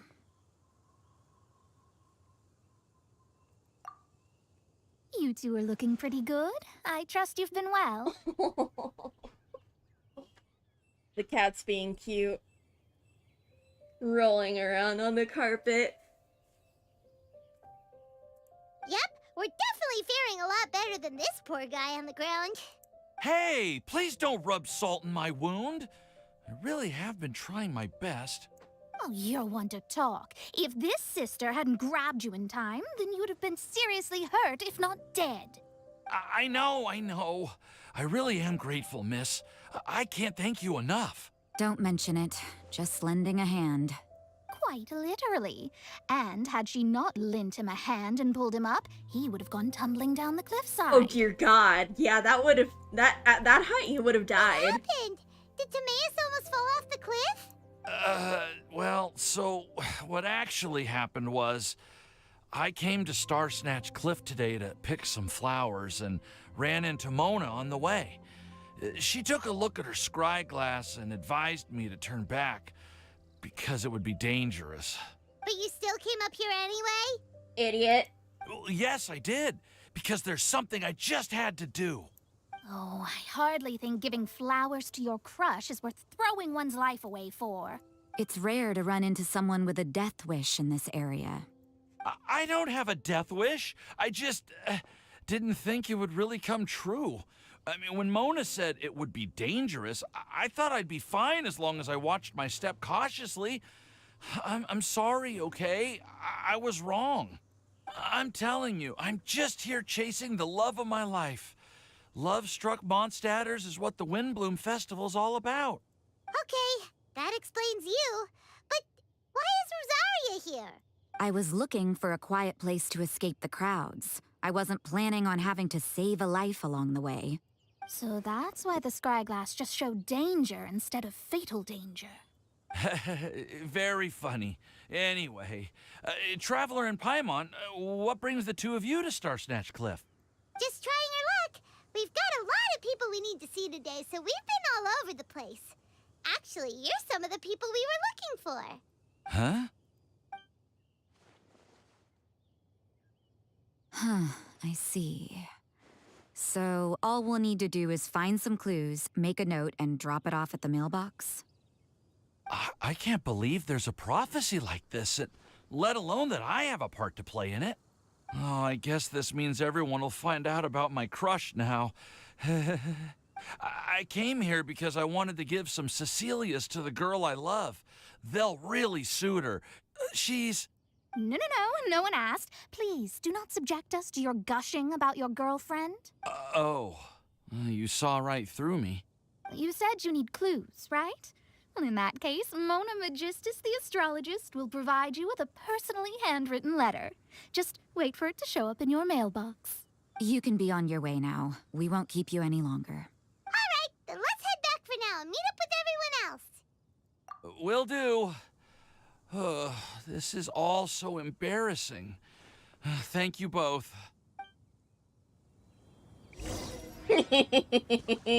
Idiot. Might as well get them while I'm here. Whee! Oh.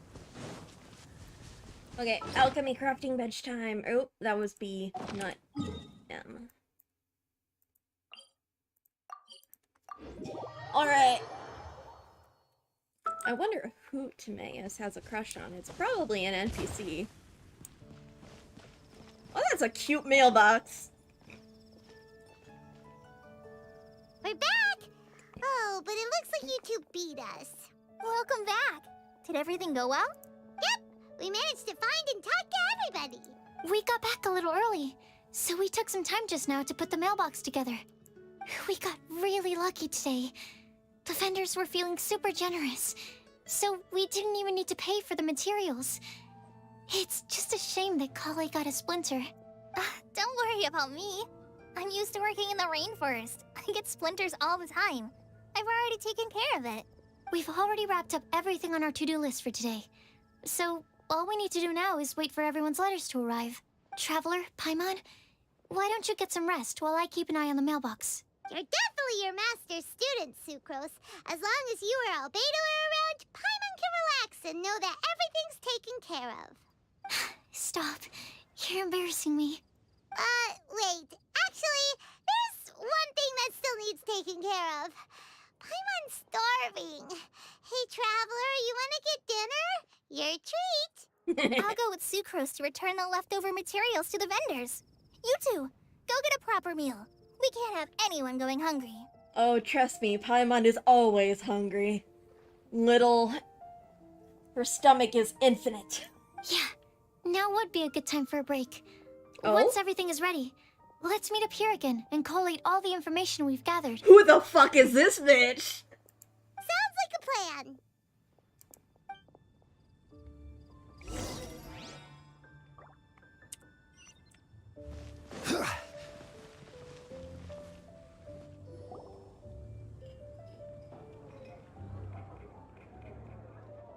Paimon will have this one, and this one, ooh, and this one. Hey, Paimon's really hungry! And don't forget, Paimon's also ordering for you, too. It's not like Paimon's gonna eat everything by herself. Are you sure about that?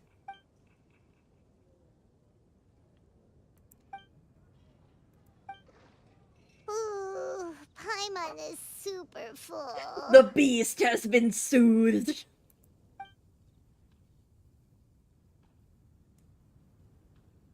Is everything packed up and ready? What do you think about meeting up at 5 to go to my house? Yes, everything's ready. I've packed some great wine and smoked ham. Oh, your parents will love it. Ham? Look, we've known each other for quite some time now. Don't you think it's been long enough for you to remember that we only eat bacon in my house? Oh, whoops. I must remember to get some milk today on my way home. Please, feel free to pay a visit to Cat's Tail anytime. Enjoying the scenery? Oh, Tone Deaf Bard! Are you here for some food as well? Oh, I can put something on your tab? Well, that's a pity. I already had a few drinks before coming here. I shall take you up on your kind offer another day. There should be no shortage of opportunities in the future. Anywho, you should be getting ready to thank me. I come bearing good news. What kind of good news? Behold! What is it? It's what you need the most right now. The answer to the prophetic puzzle. Simply head to the location marked on the map and you'll find the lantern you've been looking for. However, if I were you, I wouldn't just go and reveal the secret right away. As you've seen, a lot of people have been laboring hard to uncover the answer. A secret is like a well-aged brew. The aroma from the bottle is sweetest when revealed in the company of friends. Then it's settled. I'll leave you to your business for now. Feel free to find me for a chat again once you're done working through the prophecy. Also, if you have some time, we could organize another fast-track love poem class. Oh, you're starting that up again? I sure am. Nobody else has signed up this year, though, so the duty to learn falls on you. Anyway, see you later. Nobody in all of Mondstadt wants to so learn how to relaxed do a whenever love we run poem. into him. Paimon can't help but be jealous. Excuse me, if you don't mind, could I chat with you for a moment? Oh? Who are you? You may call me Scarlet. Ooh. Is that just Nyan where? Just like you, I'm a traveler visiting Mondstadt from another land. Mind if I buy you a drink? Leaving the door open for another time, I see. I can tell that you've dealt with a lot of people during your travels. You can tell? Well, we are very experienced adventurers after all. I mean, you guys are legendary. She probably knows who you are. I can. That's why I tried to strike up a conversation with you in the first place. I was on my way to go shopping earlier when I overheard your conversation next to the crafting bench. From what I could gather, you are trying to investigate a bizarre prophecy? Yep, bizarre is definitely the word. Don't you think it sounds just like the kind of story that would happen in Mondstadt? Anyway, that's why I wanted to ask you a favor. If and when you manage to unravel the answer to the prophecy, could you let me know what it is? Not so much the prophecy itself, but Mondstadt as a nation. That's what I'm interested in. I was born in a distant land, but I have family and friends who once lived in Mondstadt for a long time. They said that it's a great place full of fairy tales and romance and recommended that I come for a visit.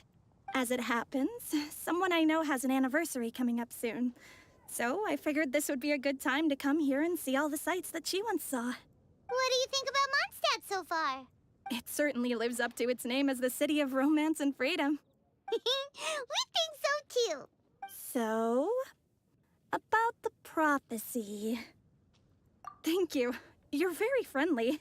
It's been a real pleasure to meet you. I'll leave it to you then. Hope you continue to enjoy the city and have a wonderful day. I don't know. I don't trust her. She definitely isn't dressed like a local, huh? Where do you think her hometown could be? I'm betting Schneznaya. Please find me a flower that is not of this world, and a guide who will never get lost. Find me one who would never lie, as well as a legend that never ends. Rosaria. I never thought I'd have someone secretly following me, even in a free city like Mondstadt. Good day to you, miss. Sus, sus, sus, sus! You go on that hunch, Rosaria.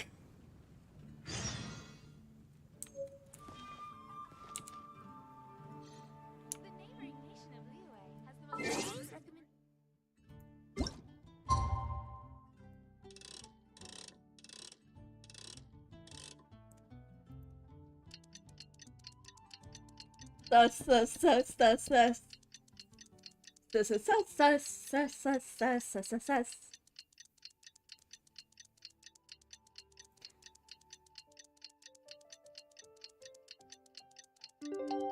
Yeah. Pretty sure she's involved with the Fatui somehow. I mean... It's time! It's time! Let's go meet Sucrose they and literally Carly at have the crafting bench! dossiers, or dossiers, however you pronounce it, on the Traveler.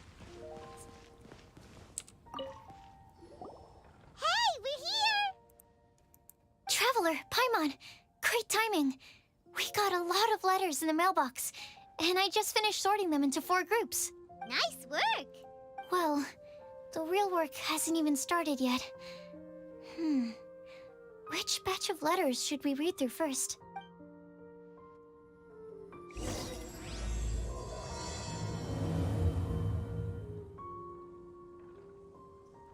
Wait, where'd the mailbox go? It was replaced by this sign! Or oh. Oh, clue board! Okay. So that's how we're doing it. Where did... Hey, we're here! Oh. Traveler, Paimon, great time. Nice work! Well, It just repeated. Okay.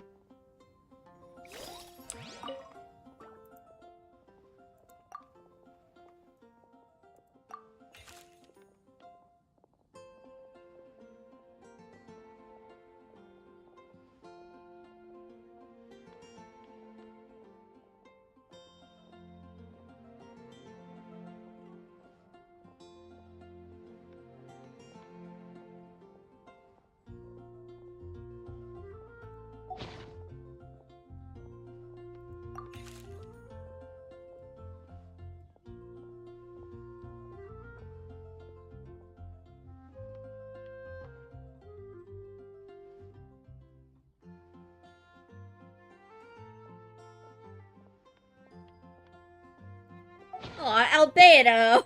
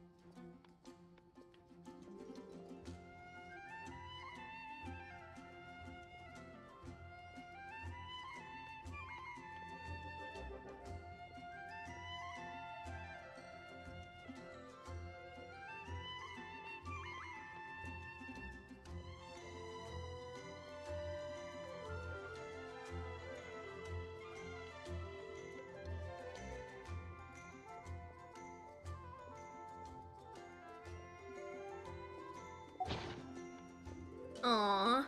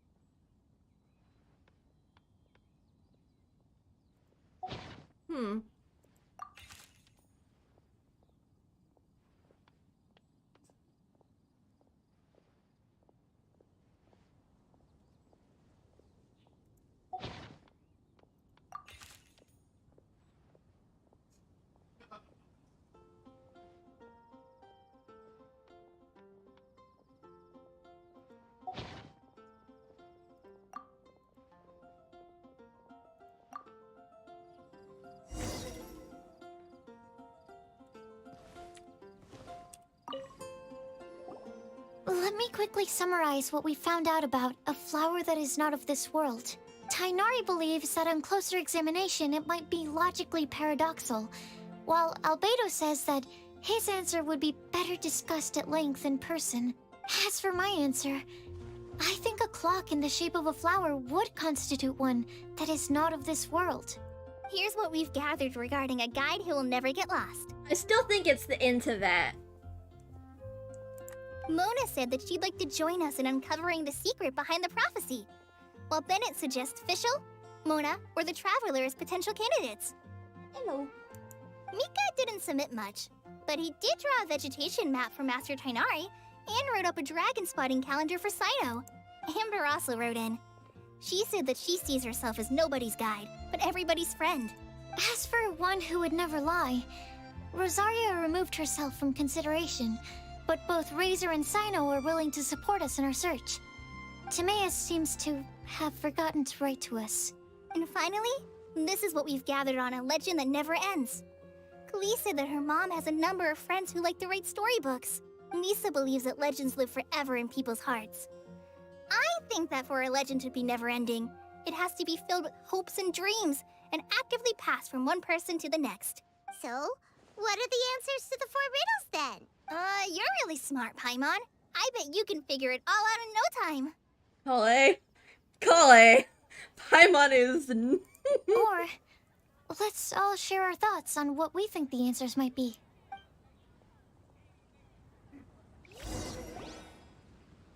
Wait! Wait for me! Oh, Timaeus, what brings you here? I'm sorry, I really am. The time just got away from me and I didn't get around to writing that letter. However, I'm happy to announce that I think I can be the one who would never lie. Huh? This is kind of sudden. Not that we don't trust you, Timaeus, but, could you elaborate a little after you catch your breath? Of course. Do you still remember the time I, collaborated with a certain Miss Ying-ar? Well, basically, she helped me out a lot with my research into potion making once, and, well, we've stayed in touch through letters ever since. that weird perfume lady who talks as if she's from a brothel. Wait, so Ying-ar is the girl from Liyue that Sucrose mentioned earlier? We always assumed you were hard at work every time we saw you at the crafting bench. So you've just been writing letters to Ying-ar the whole time? No, well, I mean, not all the time. I've done some work too. And anyway, our correspondence covers a lot of serious topics, like perfumes, potions, alchemy. Anyway, a few months ago, I made a vow to the heavens that I will be true to myself and never utter an insincere word until the day that I've managed to win Miss Ying-ar's heart. So, at Starsnatch Cliff, you were picking Cecilia's as a gift for Ying-ar? Well, that's right. The Cecilia flower is said to represent a once wayward heart, transformed by the power of love. I couldn't think of a better flower to give than that. I know full well that Miss Ying-ar is far more knowledgeable than I in both the ways of the world and the ways of our craft, but I thought I should make the effort for once and put myself out there. Which brings me to the subject of the last few days and the Windblume Festival. I thought it was time for me to invite Miss Ying-ar to Mondstadt. But yesterday, Albedo told me that Sucrose has been working hard to help another girl achieve her dream. Huh? And when I went to take a look at our roster, I saw that she'd done my remaining work for me. I feel incredibly guilty. I've been spending all of my time in my own fantasy world while everyone else has been bending over backwards to help other people. How could I ever hope to be worthy of Miss Yingar's love if I'm so selfish? Oh, Timaeus. And that's why I've decided to join you. But then what about Yingar? Yeah. Haven't you been planning this for over a month now? You said you were gonna invite her to Mondstadt. Well, yes, I did mention in my letters that I'd like her to visit, which is why I just sent her another gift with my hand-picked Windblooms, along with a handwritten letter. I explained that a matter of great importance has presented itself to which I must devote my full attention for the time being. As soon as it's resolved, I'll make haste to Liyue to pick her up in person. I made sure to package the gift and letter with the greatest care. All I can do now is hope that she'll understand. Point being, please know that I sincerely want to support you in this endeavor. Plus, I think I'm an honest person. As far as I recall, I don't think I've told a single lie in my life. Well, you certainly convinced Paimon with that speech. Don't worry, Timaeus. We won't let your determination go to waste. Thank you, Timaeus. Ah, thank you, everyone. I promise to do everything I can to help. Okay, so it looks like we found our one who would never lie. Great! Let's keep it up. On to the other three. Okay, Paimon will do the honors. Ahem. Even I've lied before. I mean, granted, I had an abusive dad, and I needed to lie for survival, but... We have with us here the flower, the guide, the legend, and Timaeus. Huh? Why did you only say Timaeus' name? You should say my name, too. All right. We also have Klee. That's me! With Klee here, this all somehow feels like we're getting ready for a field trip. Well, there's nothing wrong with a more relaxed atmosphere, is there? Of course. We will soon see if my hypothesis has any merit. Actually, I'm still feeling a little nervous. Me too. But weren't you all fired up just a moment ago? Yeah, you're right. Okay, let's do this. Actually, I'm a little worried too. Deep breaths. Deep breaths. I know what you're feeling. Saying anything becomes so much harder when there are so many people watching. Well, does anyone know the exact location of where we're headed, or should I do a reading on my scry glass? According to the prophecy, once we've figured out the answer, we should test it at the Lantern of Utmost Joy. Wait, but where is this lantern? Oh, we know something about that. What? Wow, that's amazing.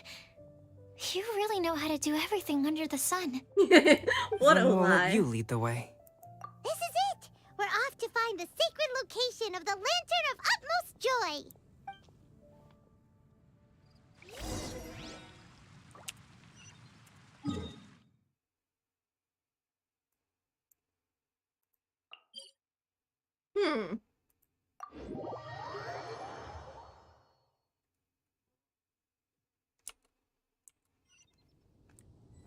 Higher.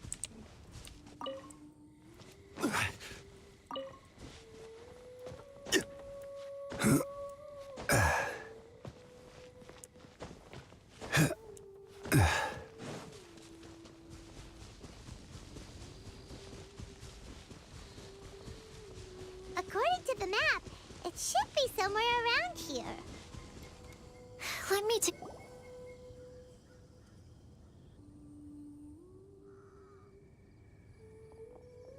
Aww, I don't see any lanterns here.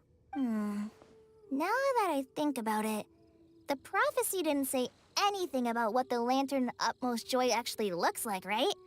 Traveler, are you trying to figure out something else from the paper? Paimon's reading too. Huh?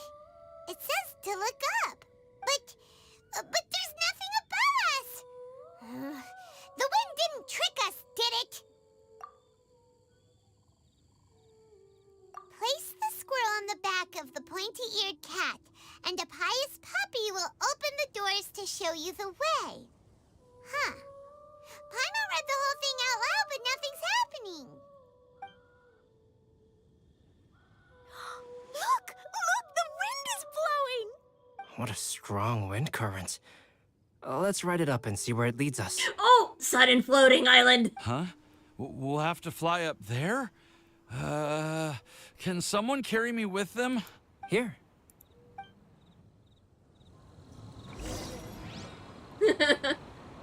Sudden floating island! Oh boy!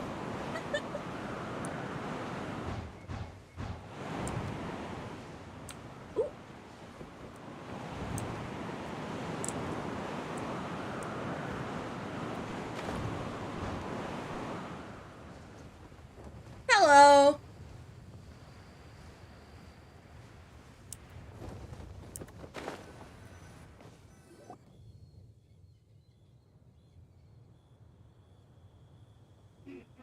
How did this little island get up here in the sky? Did somebody make it? Just to be safe, I've been jotting down our entire route here. This way, no one will get lost. Oh, good thinking, Kale. Huh. Who would have thought we'd find this kind of table here? Weird. It's almost as if someone was holding a tea party. I never would have guessed that such a place could exist. Right above Mondstadt, too. Wow, look at that pretty lantern on the table. There's even a chair for each side of the lantern, too. There seems to be something on the back of this chair. Let me have a closer look. Take your seat, present your answers, and you shall reach enlightenment. Well, as far as instructions go, I guess that's simple enough. So we just need to do as it says, right? Wait a second. Huh? What is it, Albedo? We'd better make sure this place is safe before taking our seats. Everyone, please stay clear for a moment. Well, all our questions and doubts aside, the scenery here is pretty amazing. It'd be impossible to feel stressed here. How is everything, Albedo? Everything seems to be fine. I didn't find any traps or suspicious mechanisms, but I also couldn't find any overt destructive devices. Huh? What do you mean? Well, it seems that wrong answers won't have any catastrophic consequences. Looks like we'll have to sit on these chairs and fulfill the prophecy. Everyone, I would like to suggest that we try some risky answers on our first attempt. Let's reserve our most confident answers for the second round. That sounds kind of smart, but why? I get what he means. If we do as he says, then we may be able to figure out how the puzzle works. I see. That makes a lot of sense. Mona, is there something wrong? You're not looking too good. Oh, are you hungry? I brought some snacks. Thank you for offering, Klee, but that's not quite it. While Albedo was checking just now, I gave my scryglass a spin hoping to find some information. But there's a strange aura to this place. It's almost as if someone has been staring at me as soon as we stepped foot in here. But if nothing here has actually been physically tampered with, then no. Could that person be? What do you mean, Mona? Who could it be? Is it Mommy? Never mind. It's not like I've got any proof. Don't leave us on the edge like this, Mona. I'll just do what Albedo said.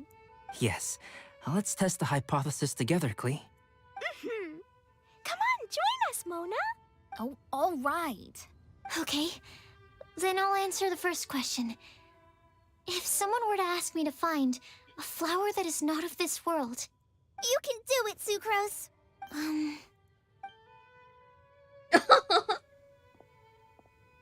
Then I would fetch a tetragenic sweet flower. All right, I'm up next. My part of the prophecy is to find a guide who will never get lost. Kale, I hope you found your answer. My answer is that I will be that guide. For a long time, I have been guided by others. It's taken me a while, but I finally made it to where I am today. Although I still haven't made a name for myself, and I'm still quite immature, I would still like to put my name forward. Because I would like to become a guide that can help others. I want to help others the same way Amber, Master Tainari, Sino, and everyone else helped me. Now it's my turn to pass on the gift that I've been given. Aww. All right. It's up to me to answer the third part. I'll submit myself as one who would never lie. Although I've never really had any other virtues or talents, I'm confident that I've always been an honest person.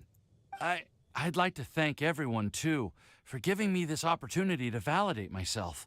And last but not least, I will answer the final part of the prophecy.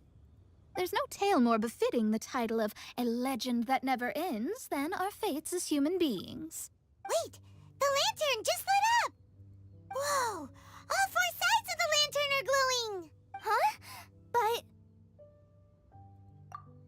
Kale, could I ask you to stand up for a second?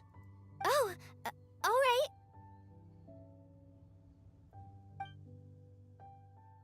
Huh? What's going on? Why is it lighting up regardless of who's sitting in the chair? Didn't it say we have to answer all the questions correctly? It's pretty clear now, isn't it?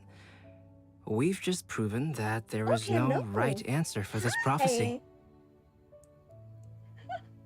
There's an orange cat right outside the window. There he goes. Goodbye. No right answer? But how could that be? Although the instructions had come from an old and enigmatic prophecy, it is in fact nothing like the ancient mechanism that we had all imagined it to be. I believe the lantern only serves as a simple signal. And to think, I never expected you to actually find this place. Who are you, lady? What? There's someone else here? We meet again, traveler. Hey! You're that Outlander we met the other day at Good Hunter! It's all thanks to you that I was able to find this place. Good thing that you were too preoccupied with the prophecy to notice someone tailing you from the shadows. Oh, is that so? Then, why do I spy yet another person following in your shadow? Wait, really? There's no need for pleasantries. You should know I'm here for you. Is it just because I'm a visitor from abroad? I was there when you snuck your way into Marjorie's place. Huh. So you had your eyes on me even then, huh? That was 2 whole weeks ago, you know. It's hard not to notice you when I'm on duty every day. All right. In that case, I'll admit it. I was the person who slipped this prophecy into the storybook. Huh? But why? Then, does that mean this wasn't a real prophecy after all? Don't worry. Even though you probably have plenty of reservations about me, you can be sure that the prophecy is genuine. In fact, many of you here today may have heard the code name of the one who left the prophecy to me. She hailed from an ancient assembly of powerful women, each of whom used a single letter to signify themselves. Who would have guessed? It seems that power was indeed left behind by the old hag after all. Ah, so you're B's student. It's an honor to meet you. I am Scarlet, the successor of Jay. Well, what are you talking about? It's a long story, but I'm not quite sure that I'm the best person to tell it. Since you've all spent so much time and energy trying to decipher this prophecy, you must also be very interested in the secret behind this lantern, no? The lantern has already been lit. Now then, please allow me to disturb your happy peace. Eh?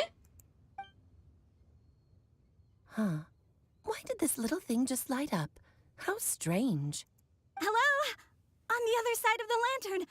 Can you hear me over there? Mom? Oh, I hear many youthful voices. Madam, I am Scarlet, the successor of Jay. Oh, Since we've last gathered, Jay's successor has already become so reckless and bold. Unbelievable. Wait. Why are you talking just like the old hag? Old hag? Who would dare say that? Is that Mona? Who are you? Who dares imitate my master? And what of imitation and mimicry? It has always been a fool's errand to mimic and learn from humanity. Oh, Dallas, I'm here too. Dear God, he took that as a personal insult. Mom, why are you trying to talk like other people? So I see everyone's here. Well then, my warmest greetings, everyone. Miss Alice, why would you... Well, it's been many years since this lantern last lit up. You can't blame me for thinking that one of the old friends from my youth may have decided to catch up again. Why she sounds so coy all of a sudden? And if I recall correctly, we left this lantern in the care of the Animo Archon Barbados. You must be commended for uncovering an artifact entrusted to the god of wind himself. Tell me, are you sitting around my beloved tea party table? It's a really long table. Oh, so you are. I suppose this means even the Animo Archon has granted you entry to this place. Was all of this Scarlet's doing? Wait. Paimon's completely lost now. So what was this assembly you were talking about earlier? Oh, Miss Alice, would it be all right to leave the explanation of that to you? Well, you should be rewarded for making it all the way up here and activating the lantern. Now then, let me tell you a long and ancient story. Ever heard of the Hexenzirkel? As the spooky name suggests, it's a secret society. Once upon a time, it even challenged the Animo Archon himself. But he replied, "Let us make music, not war, and resolve our conflicts through song." From then on, the mages would only ever convene in the woods, in the skies, or on the edges of cliffs. At these tea parties, they discussed their stories and secrets and resolved their differences, as the tea and cakes bore witness to their pledge never to fight amongst themselves. Yesterday, I snuffed out the life of my beloved. He had grown old and was extremely sick. He loved me dearly, so I took his fate in my hands and ended his pain. I'm raising a son. Of all the children I had, he's the only one left. Oh my God! But I suppose that still makes me a mother. My lifespan is nothing compared to yours, so I wish to leave you with my storybook. Actually, maybe you can pass it on to your children one day. Oh, this looks interesting. Let me scry. My dear sisters, we mustn't let prophecies threaten our bonds of friendship. Even the most frightening witch was once a little girl, and growing up can be so tough. Sometimes we all need to vent our troubles to the wind. Even if the nations go to war, or the sky falls down, the mages' tea parties shall forever be held around this table.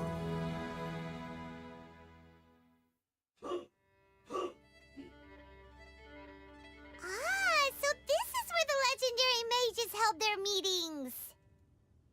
That's right. We often met here to chat and have tea. Then, what about the part saying that if we light the lantern of utmost joy, we'd receive a supreme blessing? About that.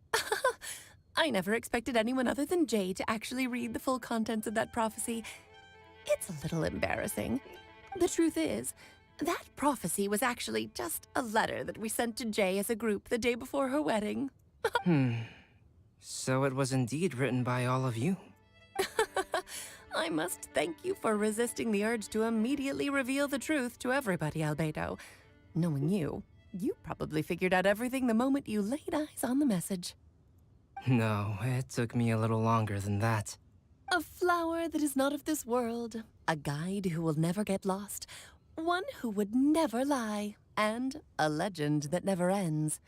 These 4 descriptions signify 4 individual mages. When a member of the organization had to leave the group to spend the rest of her days with her beloved, the other mages would write down this prophecy and send it to her to invite her for a final get-together. A flower that is not of this world signifies, of course, flowers that do not naturally exist in this world. This is the signature of our full name, Rhine-daughter, also known as Gold. If there's anyone in this world who could create a flower species that does not yet exist, it would be her. The guide who will never get lost is N, otherwise known as Nicole. You may not have encountered her yet, but she is a truly extraordinary woman who has made this world's direction and order her subject of study. Some of you may be fortunate enough to have already heard her voice. Like a prophetess, she will only speak to guide people toward the truth when a change has occurred in the world. So Nicole's the one who spoke to us, not folk and lore. She has a tendency to suddenly speak in someone's mind without any warning.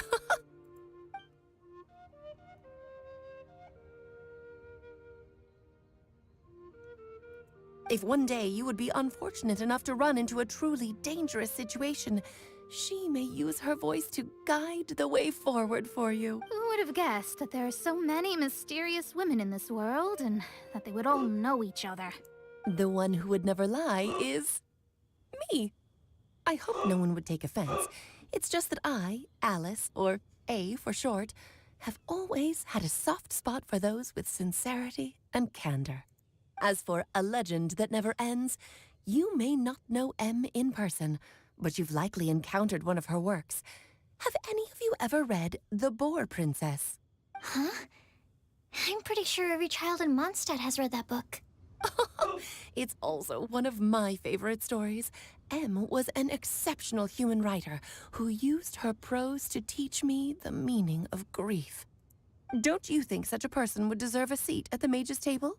Paimon's getting more and more lost. Just 'cause you're a dumbass, Paimon. It may sound hard to believe, but I can attest to everything that Alice has said. Jay was also a mortal who aged and passed on, leaving her title to her students and followers. Alice, you've never acknowledged any of Jay's successors. It's now been centuries since the first of us took on her mantle. I've always wanted to meet you. Do you also want to become a mage? Title aside, I think I'm more interested in the meaning and purpose of the Hexen Circle. I used to think that the Hexen Circle was a group of women who could control the very fate of this world. But now, I've seen for myself that besides Jay, many other ordinary people were also among you. Do you think less of us now? No, not at all. My interest has been piqued, and I'm now even more drawn towards the idea of becoming a mage. You're right. I've never acknowledged any of Jay's successors, but you are different. You are much more fascinating than any of your predecessors. Oh, has someone finally piqued Aunt Alice's interest? Now is not a good time, Scarlet, but as soon as I am able, I will seek you out for a meeting. I want you to tell me all about Jay's married life back in her hometown. So the mage who received the prophecy letter from all of you was Jay? She left the Hexen Circle after getting married? Precisely. There was only one way the letter could have been interpreted. She would have known what we meant as soon as she saw the message. We were just asking one thing of her. Please come to see us again. Before you go and settle forever with your happiness, please come share some of it with your best friends and sisters.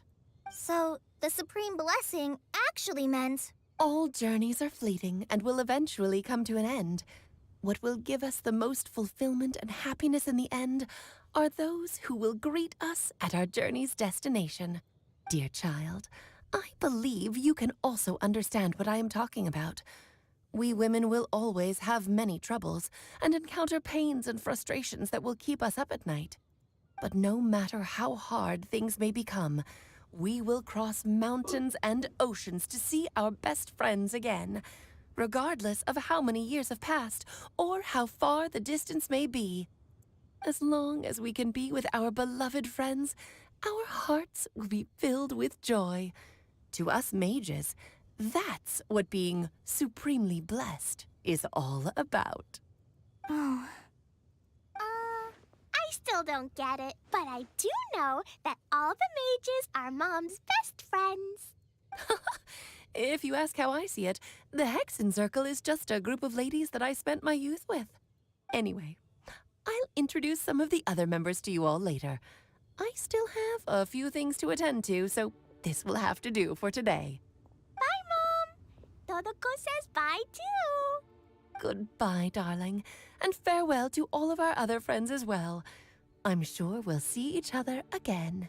Oh, now that I think of it, isn't it getting close to that time of year? Yes, it's Windblume again, Alice. It's also a special anniversary date. I'm sure you still remember. Yes, I do remember now. It was on this day many, many years ago that Jay tied the knot. Ah, just in time for the Festival of Love and Freedom. Everyone, please enjoy this year's Windblume Festival to the fullest.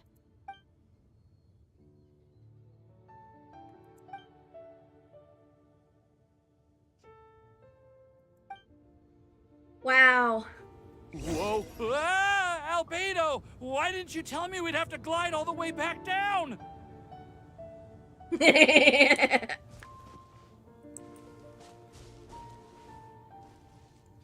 Fascinating.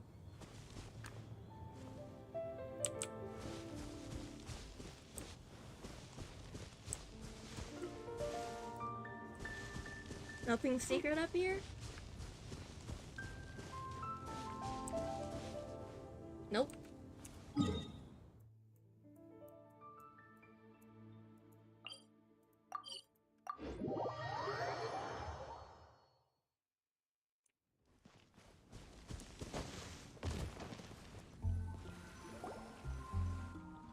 Pretty. Poor Timaeus. Are you okay, Timaeus? Maybe you'd feel better if you just, let it out. I'm fine, I'm fine. I'm just a little glider sick, that's all. You may want to look into getting your own gliding license when you have the time. It might prove helpful to you. Okay. Sure thing. It sounds like you've still got something on your minds. Why don't you tell us? We're all happy to listen. It's nothing, really. It's just... Well, Alice's story was really interesting and romantic. I won't argue about that.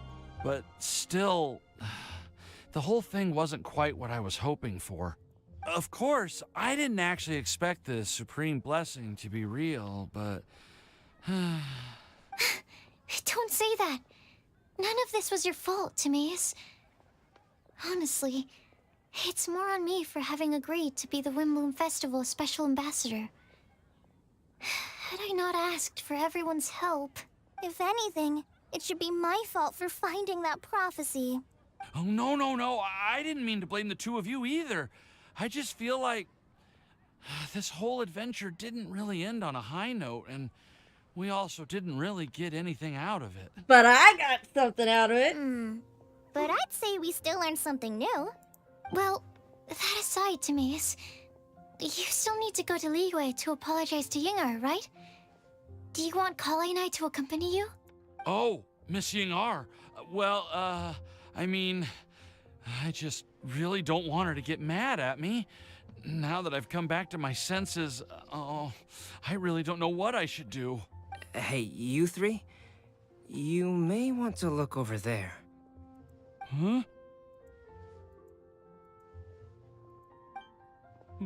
Miss Yingar? Oh, so that's Miss Yingar? I've never met her before. Yep, that's her. And she actually came all the way to Mondstadt. I am so sorry, Miss Yingar. But how did you... I mean... Are you so happy just to see me? Well, of course I am. I'm so happy that, I don't, sorry, I don't know what to say. I was ready to give you a harsh scolding, but now that I've seen you like this, I suppose I could let you off the hook this time. You said you couldn't come to pick me up because of a very important matter, right? Well then, of course I had to come and find you instead. Should we go see how they're doing? Oh, I wouldn't. You'll get hit by a forest boar if you interrupt a couple's romantic conversation. Oh, really? We'll just leave them alone then.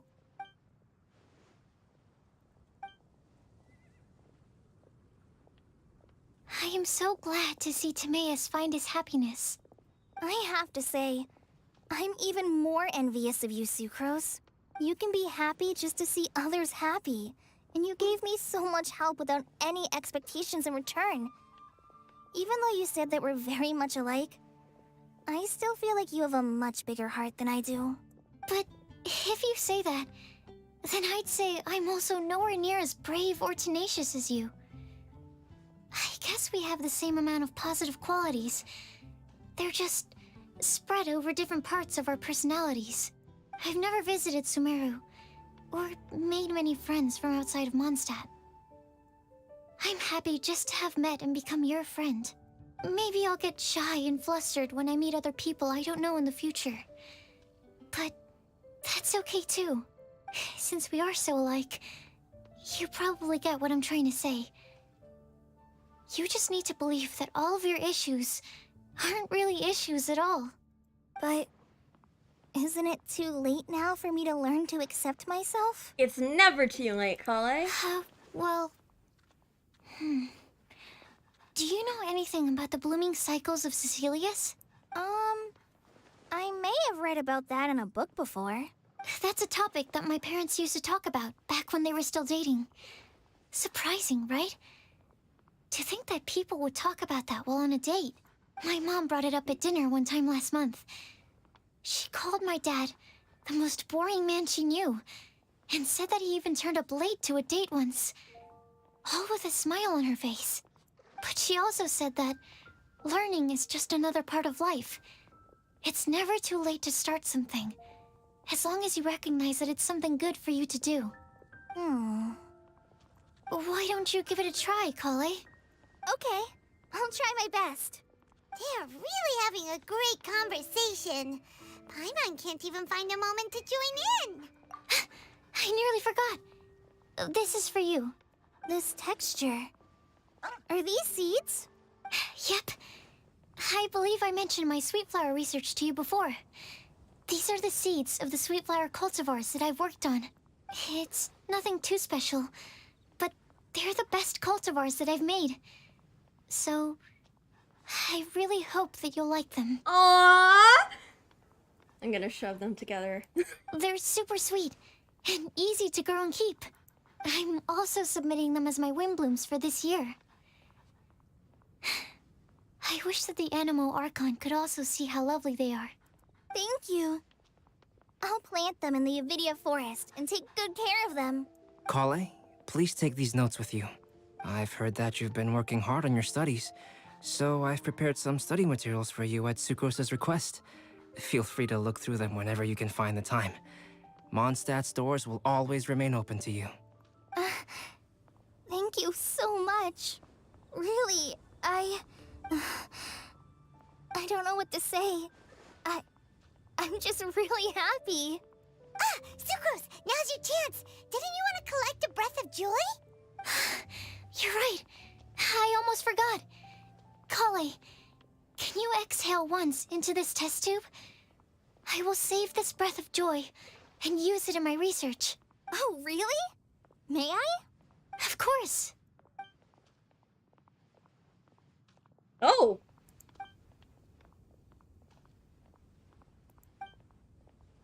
Huh? What was that? It was like a little cloud of happiness, and now it flew away. Well, luckily, there's still some breath left in the test tube. I'll seal it up for now. I'll keep working on it and let you know as soon as I have any breakthroughs in my research. Yeah, you can write to me. I'll be sure to respond as soon as I receive your letter. Oh, it looks like you found a new pen pal. Master Tighnari! Cyno! If your friendship was forged in a test tube, does that make you test friends forever? Oh my god! That's it. I think you've ruined Sumeru's reputation in Mondstadt beyond all hope of repair. All that matters is that I've enjoyed Mondstadt immensely. The dragon here possesses a majestic form. Oh, that reminds me. Traveler, this card back is for you. Cyno wanted you to have one for yourself. If I had to guess, I'd say he probably wants you to use it if you challenge him to a duel. I'm a master of the game. Do you dare challenge me? Can you believe this guy? Huh. Let's knock him off his high horse. Wait!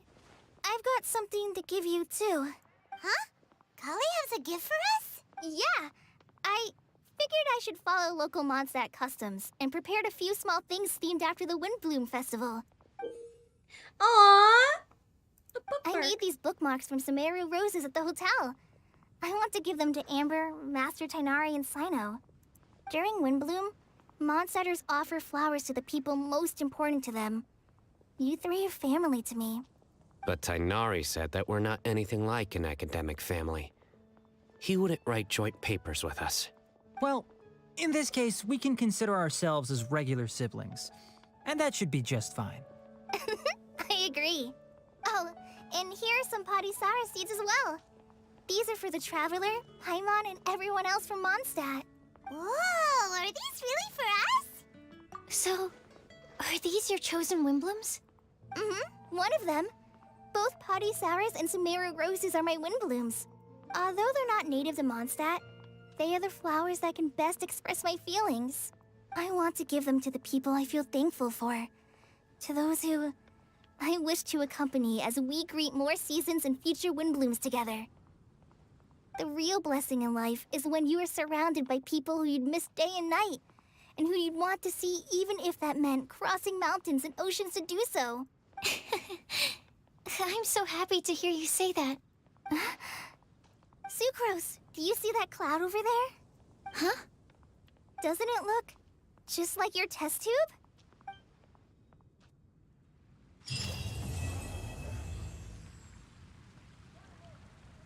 Aww.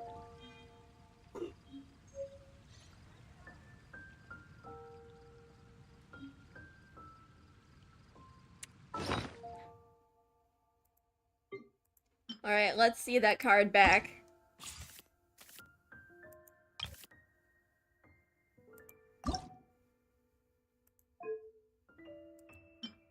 Oh, beautiful.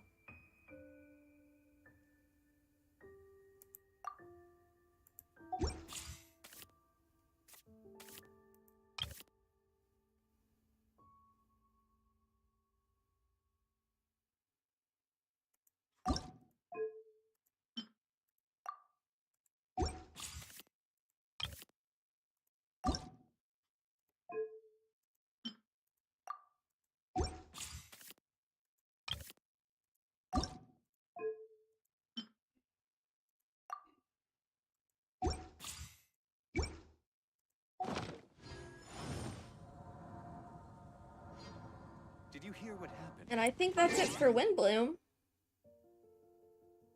Or for the actual story.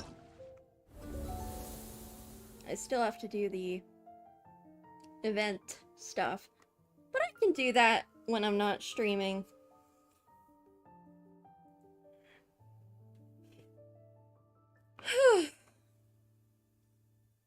Oh gosh, it's time to take my meds already.